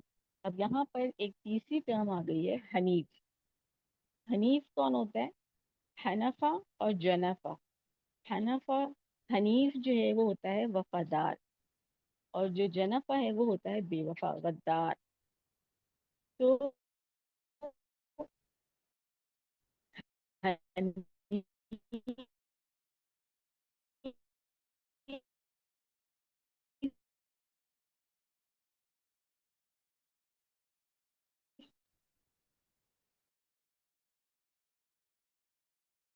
ایک تو ہماری زندگی کہ مومنین میں سے ہو جاؤ، اور دوسری بات کیا فرمائی گئی کہ اپنے چہرے کو دین کے لیے حنیف بنا کر ٹھیک کر لو. اپنے چہرے کو، اپنا رخ جو ہے وہ سیدھا کر لو. ہم نماز میں پڑھتے نا نیت، انی وجہت، کہ میں نے اپنے چہرے کو، وجہی للذی فطر السماوات، تو ہم اپنے آپ کو اللہ کے حضور پیش کر رہے ہوتے ہیں. تو اسی طرح اپنے چہرے کو دین کے لیے حنیف بنانا، اس کا کیا مقصد ہے؟ چہرے کا کیا مقصد ہے؟ چہرے سے کیا مراد ہے؟ چہرے سے مراد ہے انسان کی پوری شخصیت. میری جو پوری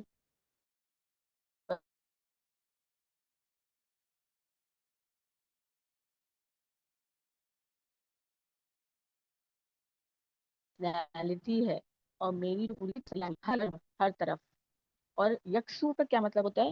ایک طرف ہو جانا، ایک ڈائریکشن اختیار کر لینا. اب یہاں جو حنیف کا لفظ استعمال ہوا ہے اس کے میں معنی پڑھ رہی ہوں، اگر آپ لوگ دیکھ سکیں اسکرین.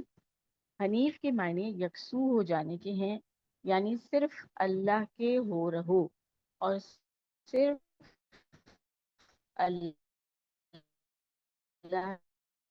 کے بن جاؤ. حنیف اللہ تاجید میں کس کے لیے استعمال کیا ہے؟ حضرت ابراہیم علیہ السلام کے لیے. گویا اپنی پوری شخصیت کو اللہ کے دین کے تابع کر دینا اور صرف اسی کے لیے کر دینا ہی دراصل ایمان کے بعد اسلام اور حنیفیت کے معنی ہیں. ابراہیم علیہ السلام نے کیا کیا تھا؟ وہ ایک طرف نہیں تھے نا. ان کے جو چچا تھے وہ بت پرست تھے، بت تراش تھے، اور بتوں کے وہ تھے، کیا کہنا چاہیے، ہیڈ تھے وہ سارے اس جگہ کے. تو ابراہیم علیہ السلام نے حق کو تلاش کرنے کے لیے ہر طرف مختلف ڈائریکشنز ان کو نظر آ رہی تھیں، لیکن کسی طرف بھی ان کو دل کا اطمینان حاصل نہیں تھا. انہوں نے اللہ رب العالمین کو تلاش کیا، اور بالآخر انہوں نے سورج، چاند، ستاروں، کائنات پر غور و فکر کرتے کرتے وہ ایک طرف ہو گئے. اور وہ جب ایک ڈائریکشن اللہ رب العالمین کی طرف انہوں نے کی، تو پھر ساری زندگی، حالانکہ ان پر ایک کے بعد ایک بہت بڑی بڑی اور بہت کڑی کڑی آزمائشیں آئیں، لیکن پھر وہ حنیف سے ذرا سے بھی ایک لیول نیچے نہیں آئے، ہے نا. ابراہیم علیہ السلام کی سیرت اگر تھوڑی سی آپ نے پڑھی ہو یا نہیں پڑھی تو آئندہ ضرور پڑھیے گا کہ حنیف کس طرح کا بندہ ہوتا ہے، جو اپنے آپ کو کلی طور پر پورا کا پورا اپنے رب کے سپرد کر دے، اپنے معبود کے سپرد کر دے. تو تین چیزیں ہم نے یہاں تک پڑھی ہیں: بندگی، عبادت، دوسری چیز ایمان، اور تیسری چیز ہے حنیفیت. تو یہ تین ٹرمز ہیں. اس میں اگر آپ کو کسی نے کوئی کوشچن کرنا ہے تو وہ ضرور کریں. میں آدھا منٹ دے رہی ہوں. کسی کو کوئی بات پوچھنی ہو یا کسی نے کوئی کامنٹ کرنا ہو یا کسی کو جو سمجھ آیا ہو وہ اس کو اپنا ریفلیکشن کوئی شیئر کرنا ہو تو آپ ضرور رکھ سکتے ہیں. اپنا مائک انمیوٹ کر لیجیے تاکہ مجھے بھی لگے نا کہ میں موبائل سے بات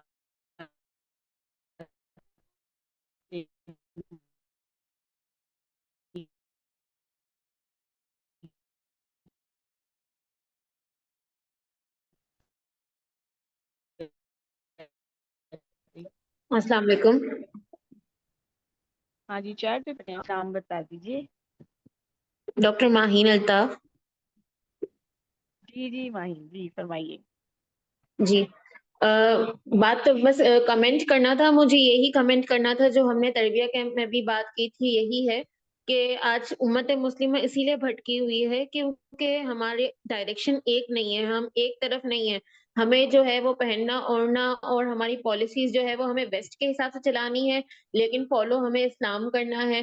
پھر جہاں دینی معاملات آتے ہیں وہاں پہ ہم دین کے اس پہ آ جاتے ہیں. جب شادی بیاہ کا معاملہ آتا ہے تو ہم سوچتے ہیں کہ ہمیں جو ہے وہ بہت خرچہ کرنا ہے, بہت لیوش کرنی ہے. یعنی ہم کسی بھی ایک طرف نہیں ہے. کسی چیز میں ہم ویسٹ کو فالو کریں, کسی چیز میں ہم امریکہ کو فالو کریں, کسی میں چائنا کو, اور پھر بہت ہی جو دینی معاملات, بہت ہی جو بالکل پرٹیکولرلی دینی معاملات ہوتے ہیں صرف اس میں ہم جو ہے اسلام کو فالو کرتے ہیں. اس کی وجہ سے ہی آج امت مسلمہ اتنی زیادہ نیچے کی طرف, پستی کی طرف جا رہی ہے اور دن بدن جو ہے وہ مشکلات اور عذاب کا ہی شکار ہوتی جا رہی ہے. کوئی ڈائریکشن, کوئی امید, کوئی سہارا نظر نہیں آ رہا.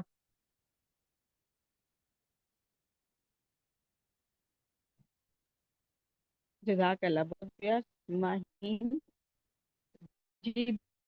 بالکل ایسا ہی ہے نا. ایک ڈائریکشن میں نہیں, جب نہیں بھائی تو ہم ہر ایک بن جاتے ہیں اور جو سمجھ رہا ہے وہ ٹھیک ہے یا نہیں ہے. فائنینشیل یعنی آپ فیشن کو لے لینا. ہم ساری نئے نئے کپڑوں کا جیولری کا, تو اس میں اگر اسے اسٹائل کرنا شروع کر دی تو ہم نے بھی وہی کیا. لوگوں نے اس طرح سے ہم نے بھی وہی رومن لکھنا شروع کیا. اسی طرح ہمارے ہاسپٹلس میں جو جل رہا ہے کوئی اس کو نہ روکنے والا ہے نہ ٹوکنے والا ہے. جس کی جو مرضی آ رہی ہے وہ کرتا چلا جا رہا ہے نا. جس سسٹم, کوئی ایک سسٹم نہیں ہے, بس جس کو جو سسٹم سمجھ میں آ رہا ہے وہ اس کو جو ہے وہ فالو کرتا چلا جا رہا ہے. اور اس کی جو خرابی ہیں وہ بھی ہمارے سامنے جو ہے وہ نظر آ رہی ہیں. اور اس کی وجہ کیا ہے کہ ہم نے اپنے رب سے منہ موڑا ہوا ہے نا. ہم نے اللہ کی عبادت سے, اللہ کی بندگی میں کھلی طور پر ایک طرف نہیں ہوئے, حنیف نہیں ہوئے.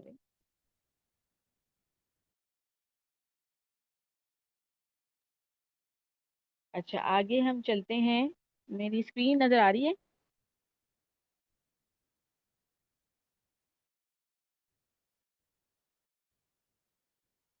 چلیں اب حنفا کے حنف بھی کہتے ہیں اور اللہ تعالیٰ فرما رہے ہیں یونس کی یہ جو آیت ہے وَلَا نَنَّا مِنَ الْمُشْرِكِينَ,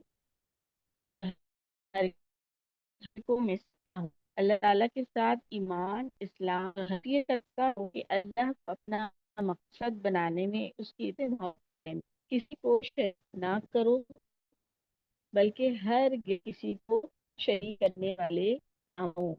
اس میں جو ہے وہ ایمفیسس ہوا ہے. یہ جو ساری بات یہاں تک ہم نے پڑھی وہ حضور اکرم صلی اللہ علیہ وسلم کے دین اور حضور صلی اللہ علیہ وسلم کے مقام کا مختصر تعارف ہے جو بڑے مؤثر انداز میں قرآن مجید نے یہاں پر بیان کر دیا ہے. اس کے بعد پھر ہم اس کی مزید تشریح بیان ہوتی ہے کہ اللہ کے ساتھ جو تعلق ہے اس کی ایک روح ہے. وہ روح کیا ہے؟ وہ روح یہ ہے کہ انسان کو اس بات کا یقین ہو کہ کائنات میں اختیار صرف اللہ کے پاس ہے اور نفع اور نقصان صرف اس کے ہاتھ میں ہے اور انسان اس کے آگے محتاج اور فقیر ہے. اگر اللہ کسی کو کوئی نقصان پہنچائے تو کوئی اس کے نقصان کو دور نہیں کر سکتا, اور اگر وہ نفع دینا چاہے تو کوئی اس کو چھین نہیں سکتا.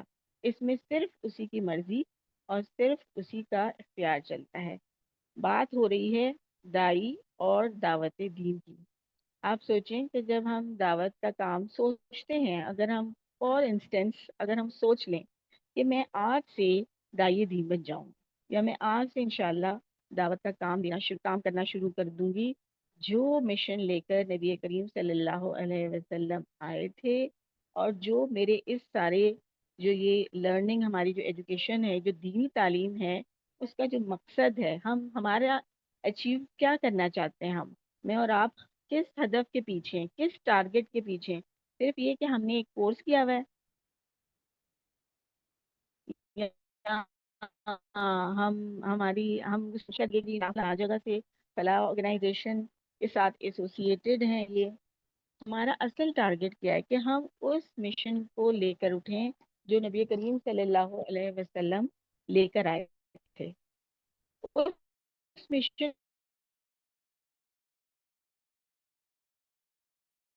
میں اپنا محبت نا، ہم ابھی آگے اس مشن کو ٹھیک ہے، ہمیں ڈاکٹر بننا ہے، اس مشن میں اور کس طرح سے کر سکتے ہیں کہ ہم اپنے دین کے جماعت سے ہم ریلیٹڈ ہیں اور آگے جائیں گے کہ ان چیزوں کو میں سیکھنا جو مقصد ہے وہ یہی ہے کہ اپنی اپڈیٹ کر دیں کہ آپ ان چیزوں کو اپلائی کرنا شروع کر دیں. تو آج سے اگر میں آج میں سوچوں کہ اپنا کام ہے کیا کچھ ہو، چھوٹی سی بات ہے، یا دیکھو تمہاری نا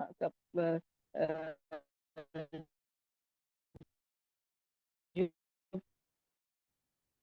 ہے ٹراؤزر جو ہے لگا ہے،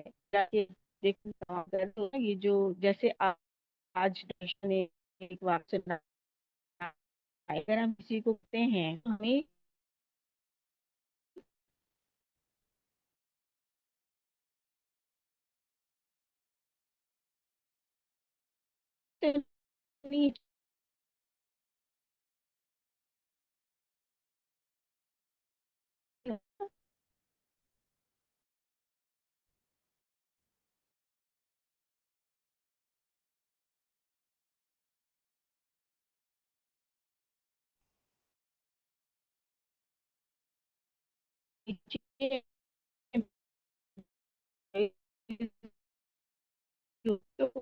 کرتے ہیں میرا کام چھوڑنا وہاں.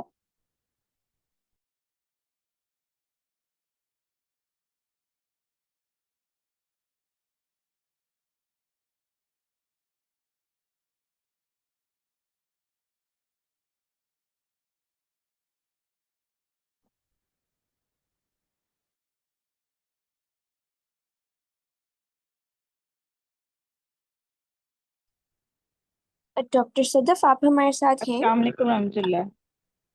آئی ایم سوری، یہ میرا کنیکشن جو ہے نا وہ چلا گیا تھا. اسکرین نظر آ رہی ہے آپ کو؟ پلیز آپ بتائیے گا مجھے.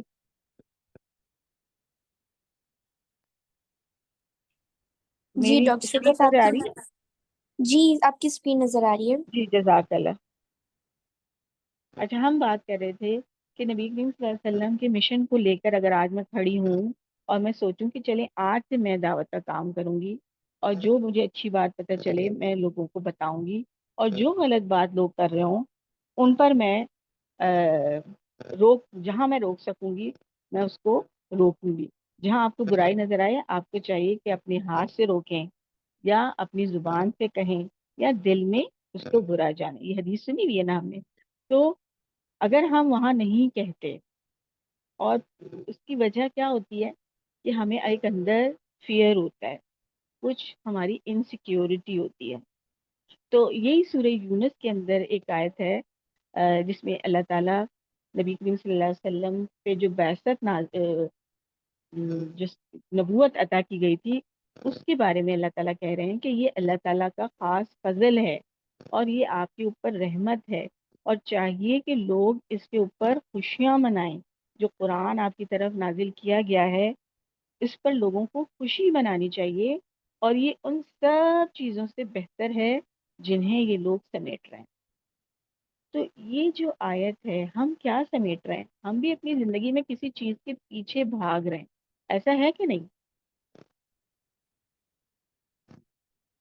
دنیا میں آپ لوگوں کو ارد گرد، روزانہ آپ لوگوں کو ارد گرد دیکھیں، ہر شخص لگتا ہے کہ کوئی بہت ایمرجنسی کی صورت ہے اور کسی چیز کے پیچھے ایک دوڑ لگی ہوئی ہے سب نا۔ تو ہم بھی کسی چیز کے پیچھے بھاگ رہے ہیں اور ہمارے ساتھ والے بھی بھاگ رہے ہیں، اور اللہ تعالیٰ کیا کہہ رہے ہیں کہ یہ قرآن جو ہے وہ ان سب چیزوں سے بہتر ہے جنہیں لوگ سمیٹ رہے ہیں۔ تو آپ جب دعوت کا کام کرنے کے لیے کھڑے ہوں، یہاں پیما کے ممبرز بھی ہیں اور جو ایسوسیٹس ہیں وہ بھی ہیں، جو کورس کے پارٹیسپینٹس ہیں وہ بھی ہیں، سارے اس قرآن کے مخاطبین ہیں۔ آپ جب کھڑے ہوں تو پھر آپ اس بات میں بہت کانفیڈنٹ ہوں اور بہت انر پیس اور انر اسٹرینتھ آپ کے پاس ہو کہ میں جو بات کہہ رہی ہوں وہ ان سب چیزوں سے بہتر ہے جنہیں لوگ سمیٹ رہے ہیں۔ تو یہ چیز آپ کے اندر جو ہے وہ ایک کانفیڈنس پیدا کر دیتی ہے۔ پھر آپ کے اندر وہ جو ایک ڈر کی کیفیت ہوتی ہے، ایک فیئر ہوتا ہے اور ایک جو انسیکیورٹی ہوتی ہے، اس والے ٹریپ سے آپ باہر نکل آتے ہیں۔ جو شیطان ہوتا ہے نا، شیطان کبھی نہیں چاہتا کہ آپ کوئی نیک کام کریں، وہ ہمیشہ آپ کو کہے گا کہ نہیں ابھی تو یہ وجہ ہے، ابھی یہ مسئلہ نہ ہو جائے، یہ مصیبت نہ آ جائے۔ تو ان سب چیزوں کو ہم نے اوور کم کرنا ہے۔ تو یہ ساری بات جو ہے وہ دراصل، اب میں یہ ریڈ کر رہی ہوں پیج 69، یہ دراصل اللہ کی اطاعت اور اللہ پر ایمان کا خلاصہ ہے۔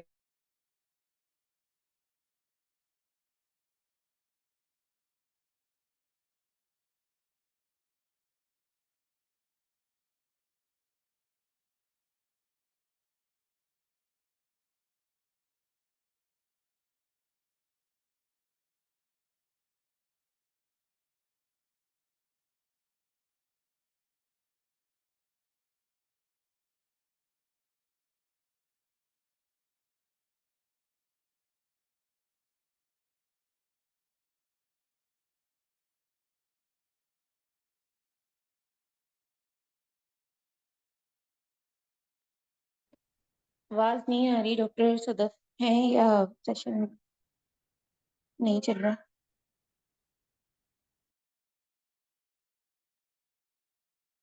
ڈاکٹر صدف آپ نے جوائن کر لیا ہمیں؟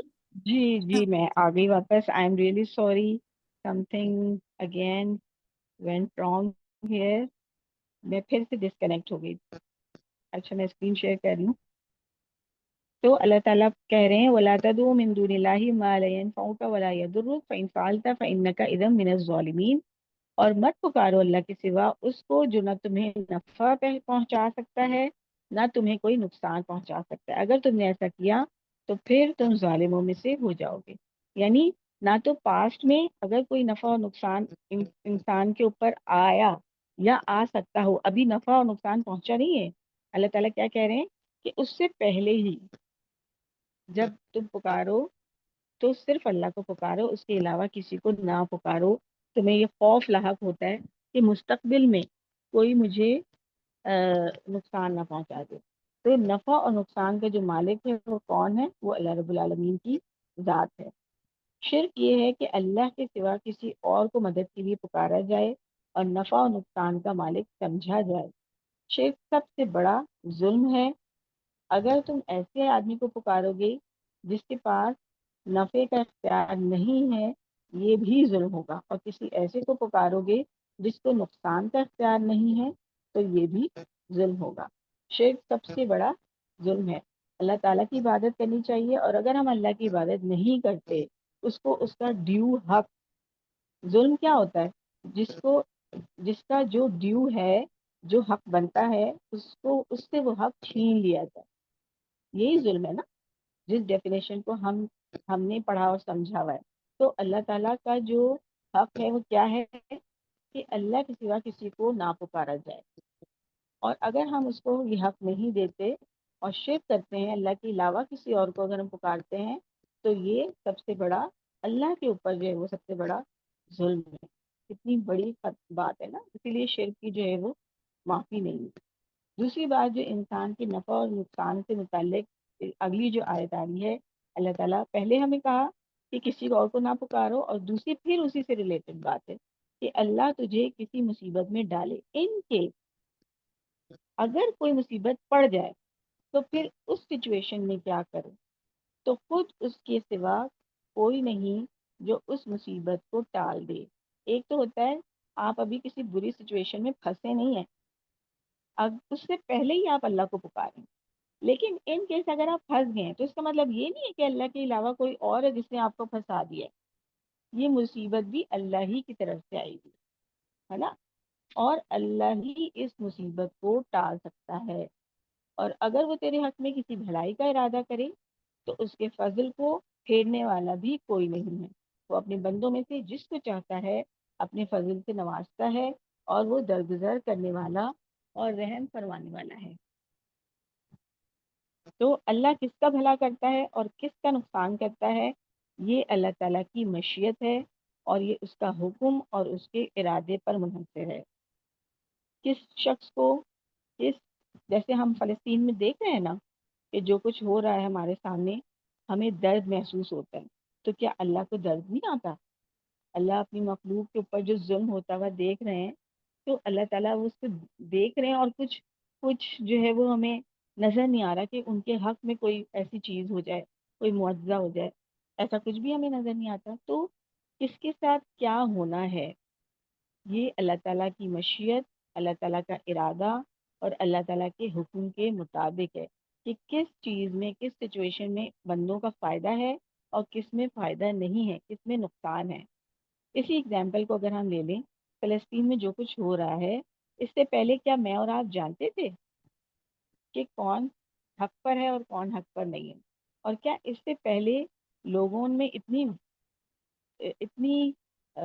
زیادہ کلیئر ہو گیا تھا کہ کون حق پر ہے اور کون باطل پر ہے؟ یہودیوں کا جو جتنا پورا چہرہ اس واقعے کے بعد سامنے آیا ہے، اکتوبر کے بعد، تو اس سے پہلے یہ چیز واضح نہیں تھی، ہے نا. تو اللہ تعالیٰ کی مشیت بھی ہمیں اب بہت کلیئرلی سمجھ میں آ رہی ہے کہ اس چیز سے دنیا کے سامنے حق اور باطل جو ہے وہ واضح ہو کر آ گئے. اچھا، دوبارہ ہم اس آیت پہ آ جائیں کہ اللہ تعالیٰ جو وہ الغفور الرحیم، اور وہ غفور الرحیم ہے، وہ معاف کرنے والا بھی ہے اور رحم فرمانے والا بھی ہے. اگر اللہ تعالیٰ ہر غلطی اور ہر گناہ پر پکڑنا شروع کر دے تو دنیا میں کوئی بھی انسان زندہ نہ بچے گا. اس کا معاملہ انسانوں کے ساتھ یہ ہے کہ گناہ معاف کرتا ہے اور ان کو اپنی نعمتیں بھی پہنچاتا رہتا ہے، اور ان کے ساتھ رحمت کا برتاؤ بھی کرتا رہتا ہے. اس کا بندوں سے اس بنیاد پر تعلق ہے چونکہ حاجت روائی صرف وہی کر سکتا ہے، لہٰذا جو انسان اللہ کی بندگی کرے وہ اپنے آپ کو اس کا محتاج سمجھے، صرف اسی کی بندگی کرے، صرف اسی سے مدد مانگے اور اسی کی بندگی میں کسی کو شریک نہ کرے، ورنہ وہ ظالموں میں سے ہو جائے گا. تو یہ ساری چیزیں، یہ ساری ہدایات اللہ تعالیٰ نبی کریم صلی اللہ علیہ وسلم کو کر رہے ہیں کہ تم ایمان میں مضبوط رہو، تم حنیف بن کر رہو. داعی دین کی جو کوالٹیز ہیں وہ ہمیں یہاں پر ایکسپلین کی جا رہی ہے کہ وہ نفع اور نقصان کا ذمہ دار یا جو اختیار ہے، اتھارٹی جو ہے وہ کس کو سمجھتا ہے؟ وہ اللہ رب العالمین کی ذات کو سمجھتا ہے. جب ہمارا خود اللہ کے ساتھ ایسا کلیکشن بلڈ ہو جائے، جب ہمارے اندر خود ایسی اسٹرینتھ آ جائے، جب ہم خود اللہ کے اوپر اس طرح کا بھروسہ کرنے والے ہو جائیں، تو پھر ہم آگے دعوت کا کام بہت اچھے انداز میں کر سکتے ہیں.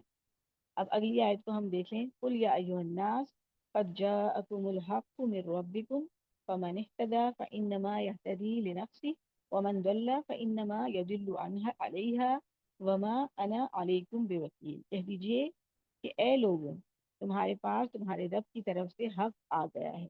اب جو کوئی خود سیدھی راہ اختیار کرے وہ یہ سیدھی راہ اپنے ہی نفس کی بھلائی کے لیے اختیار کرے گا، اور جو کوئی بہک جائے، بھٹک جائے، تو اس بھٹکنے کا وبال بھی اسی کے اوپر ہے. میں تمہارے اوپر کوئی وکیل بنا کر نہیں بھیجا گیا.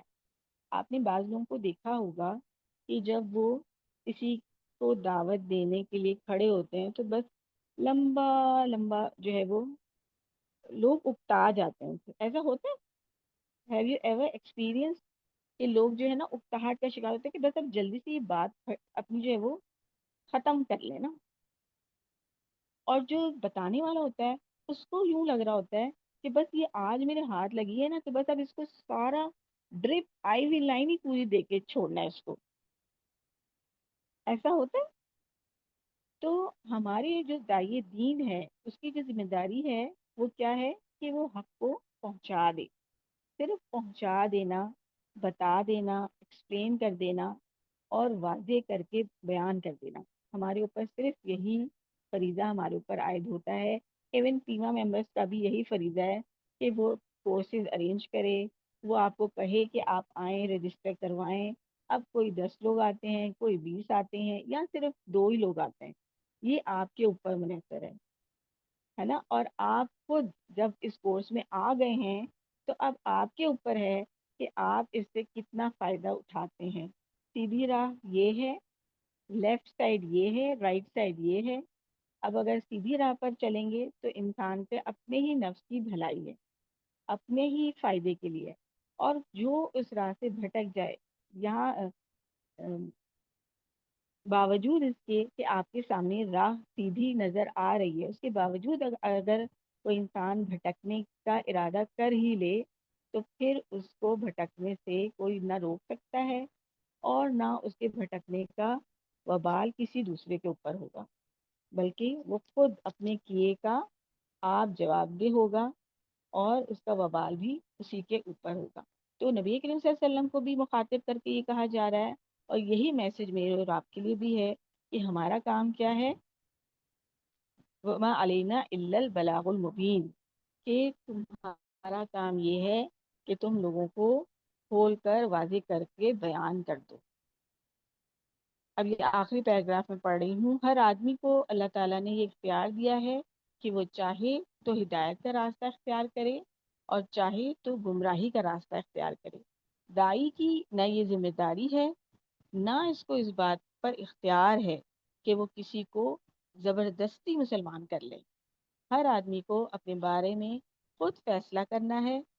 اس طرح سے یہ دعوت دین کے مخاطبین کی ذمہ داری واضح ہو گئی ہے کہ بھلائی کو اختیار کرنا یا نہ کرنا انسان کا اپنا اختیار ہے اور یہ اس کا اپنے فائدے کی بات ہے اور اس میں کوئی زور زبردستی نہیں ہوگی اور تمہارے اوپر کوئی وکیل بنا کر نہیں بھیجا گیا ہے.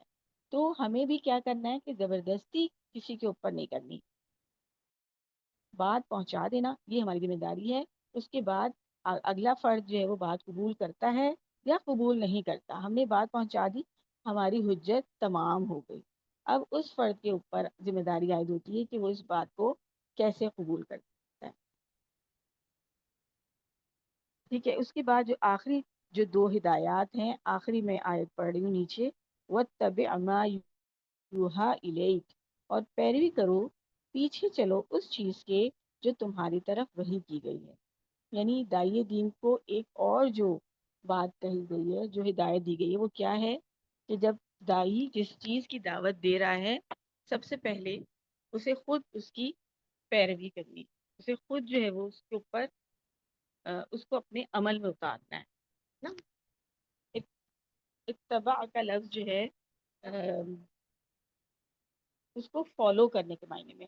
آپ کو اسکرین نظر آ رہی ہے؟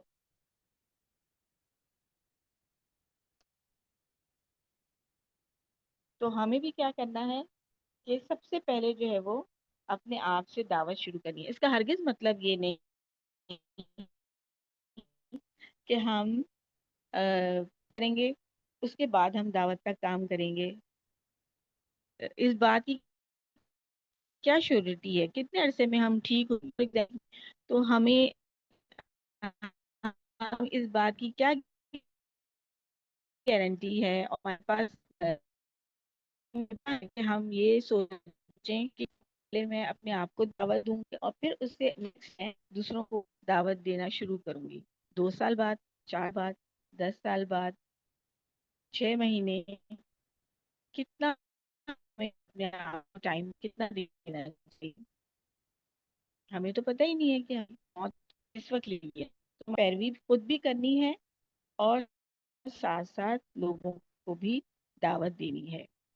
تو وَاتَّبِعْ مَا یوحیٰ الیک.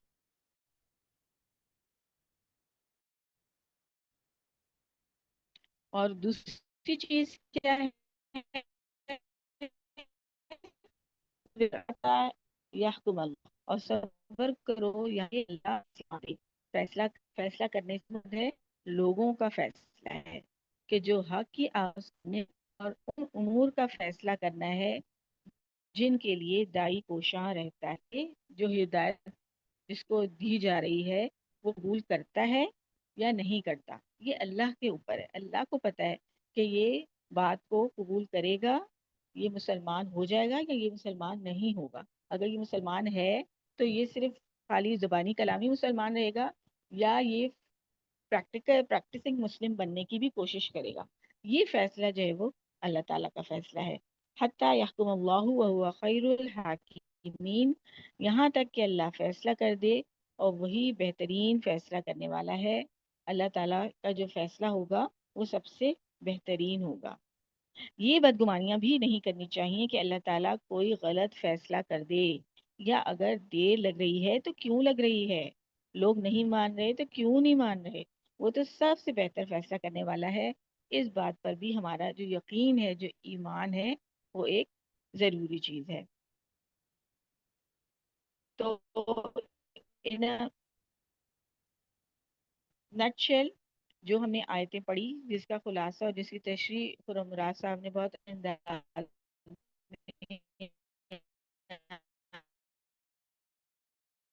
میں کی ہوئی ہے، آپ لوگ بھی تو ضرور پڑھیے گا. وہ دائی دی وہ ہمیں بار بار جس کو ریوائز کی ضرورت ہے. یاد ہے وہ کس پر ہے؟ توحید، اسلام اور یہاں پر واقعہ جو ہے اللہ کے ساتھ جو ہمارے نفع اور نقصان کا مالک اللہ ہے. کچھ بھی مانگنا ہے یہاں تک کہ صلی اللہ علیہ وسلم کرام کو ہیں کہ اگر تسمہ بھی ٹوٹ جائے تو تم اللہ ڈاکٹر سے صدف اگر آپ سوری آپ کو بیچ میں روکا. آپ کی آواز تھوڑی کٹ کٹ کے آ رہی ہے. اچھا یہاں کچھ سگنل کا ہی ایشو ہو رہا ہے. اب جی کلیئر ہے اب تھوڑی؟ اب کچھ بہتر بہتر ہے. ہے. جی جی بہتر چلیں ہے. جزاک اللہ، جزاک اللہ.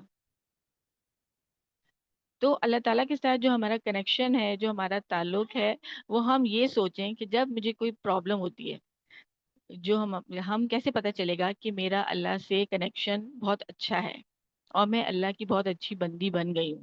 تو جب کوئی مشکل آئے، کوئی پریشانی آئے، کوئی ایسی سچویشن آئے، کوئی ایسے حالات آئیں ہاسپٹل میں یا ایون ہماری فیملی لائف میں یا میری پرسنل لائف میں، تو میں کیا فیصلہ کرتی ہوں اور میں کس کو پکارتی ہوں، کس سے مدد مانگنے جاتی ہوں؟ اپنی سہیلی سے، اپنے کوئی کولیگ سے، یا اپنے کوئی سینئر ڈاکٹر سے، یا اپنی کوئی آنٹی سے، یا اللہ تعالیٰ کے سامنے میں ہاتھ پھیلا کر دعا کرتی ہوں. تو یہ وہ مقامات ہوتے ہیں، یہ وہ سچویشنز میں ہم اپنے آپ کو چیک کریں کہ جب مجھے کوئی پریشانی ہوتی ہے یا جب مجھے کوئی خوشی ملتی ہے تو اس وقت میں سب سے زیادہ کس سے شیئر کرنا چاہتی ہوں. تو اللہ تعالیٰ کے ساتھ جو تعلق ہے جب وہ ہمارا ٹھیک ہو جائے گا تو پھر آٹومیٹیکلی ہم یہ بھی چاہیں گے کہ دوسروں کا بھی تعلق اللہ کے ساتھ ویسا ہی بن جائے جو میرا اپنا تعلق ہے. تو اللہ تعالیٰ سے بہت ساری دعا ہے کہ اللہ تعالیٰ جو بھی ہم نے آج پڑھا سنا اس کو اس پر عمل کرنے والا بنائے، دعوت کے کام کو واقعی ہم سمجھیں کہ ہماری کوئی ذمہ داری ہے، اور اس کام کو کرنے کے لیے جو صبر اور جو حوصلہ اور جو ہمت چاہیے وہ بھی اللہ تعالیٰ ہمارے اندر پیدا کر دے۔ آخر دعوانا ان الحمدللہ رب العالمین۔ بہت معذرت اور کہ آپ سب لوگوں نے برداشت کیا، بہت مشکل سے میرا خیال میں آپ لوگوں کو آواز جا رہی تھی۔ بہت بہت شکریہ۔ جزاک اللہ خیر ڈاکٹر صدف، تھوڑا ہی کنیکٹیوٹی کا مسئلہ تھا، لیکن آئی ایم شیور اس سے بہت زیادہ حد تک ہم نے سب نے سیکھا۔ اور وہی بات ہے کہ اگر آپ کسی محفل سے ایک بھی کوئی اچھی بات یا نئی بات سیکھتے ہیں تو مطلب آپ کا ایفرٹ پوری ہو گئی، آپ کی ایفرٹ کا کوئی فائدہ ہوا۔ سو جزاک اللہ خیر۔ یہی دعا ہے اللہ تعالیٰ سے کہ اللہ تعالیٰ ہمیں بندگی کی توفیق عطا کرے، ہمارا ایمان اور پختہ کرے، اور ہمیں دعوت جیسے ایک خوبصورت مشن کی توفیق عطا کرے۔ اس میں ضروری نہیں کہ ہم کوئی بہت بڑا سٹیپ ہی لیں تو وہ دعوت کنسیڈر ہو، کوئی چھوٹا سٹیپ ہی لیں، جو چھوٹی سے چھوٹی چیز کسی کو کوئی اچھی بات بتا دیں، یا ڈاکٹر صدف نے جس طرح اور باتوں کا ذکر کیا، تو اللہ تعالیٰ سب کی کوششیں قبول کرے، جو پریزنٹرز تھے ہمارے ان کی بھی، اور جو پارٹیسپینٹس ہیں جو ہمارے ساتھ ابھی تک ہیں ان کی بھی، آمین ثم آمین۔ اس کے علاوہ ایک یہ اناؤنسمنٹ ہے کہ جو پارٹیسپینٹس ہمارے ساتھ ہر ورکشاپ میں تھے، آخری ورکشاپ تک رہیں گے، ان کو اسٹار پارٹیسپینٹ کا انعام بھی دیا جائے گا۔ اس کے ساتھ ہم آج کی میٹنگ کو جو ہے کنکلوڈ کرتے ہیں۔ ڈاکٹر صدف آپ دعا کرواتے ہیں اگر۔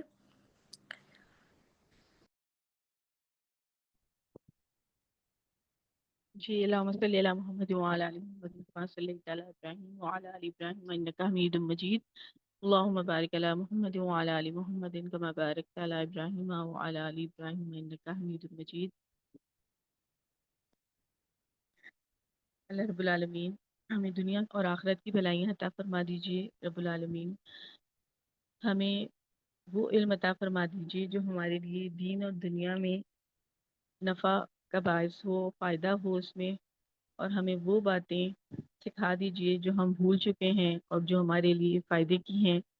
اللہ تعالیٰ ہمیں جھوٹ سے، برائی سے، غیبت سے، نفاق سے، چغلی سے، بدگمانی سے اور ان ساری اخلاقی برائیوں سے بچا لیجیے۔ رب العالمین ہمیں نیک کام کرنے کی توفیق عطا فرما دیجیے، اپنے اوپر ایمان بڑھا دیجیے اور اپنے عبادت مکمل طور پر کرنے والا بنا دیجیے۔ ہمیں حنیف بنا دیجیے، ابراہیم علیہ السلام کی سی حنیفیت اور یکسوئیت ہمیں عطا فرما دیجیے کہ ہم فوکس ہو کر آپ کے دین کے لیے، آپ کے دین کی سربلندی کے لیے اپنا حصہ ڈال سکیں۔ سبحانک اللہم و بحمدک نشہد ان لا الہ الا انت نستغفرک و نتوب الیک۔ السلام علیکم و رحمۃ اللہ وبرکاتہ۔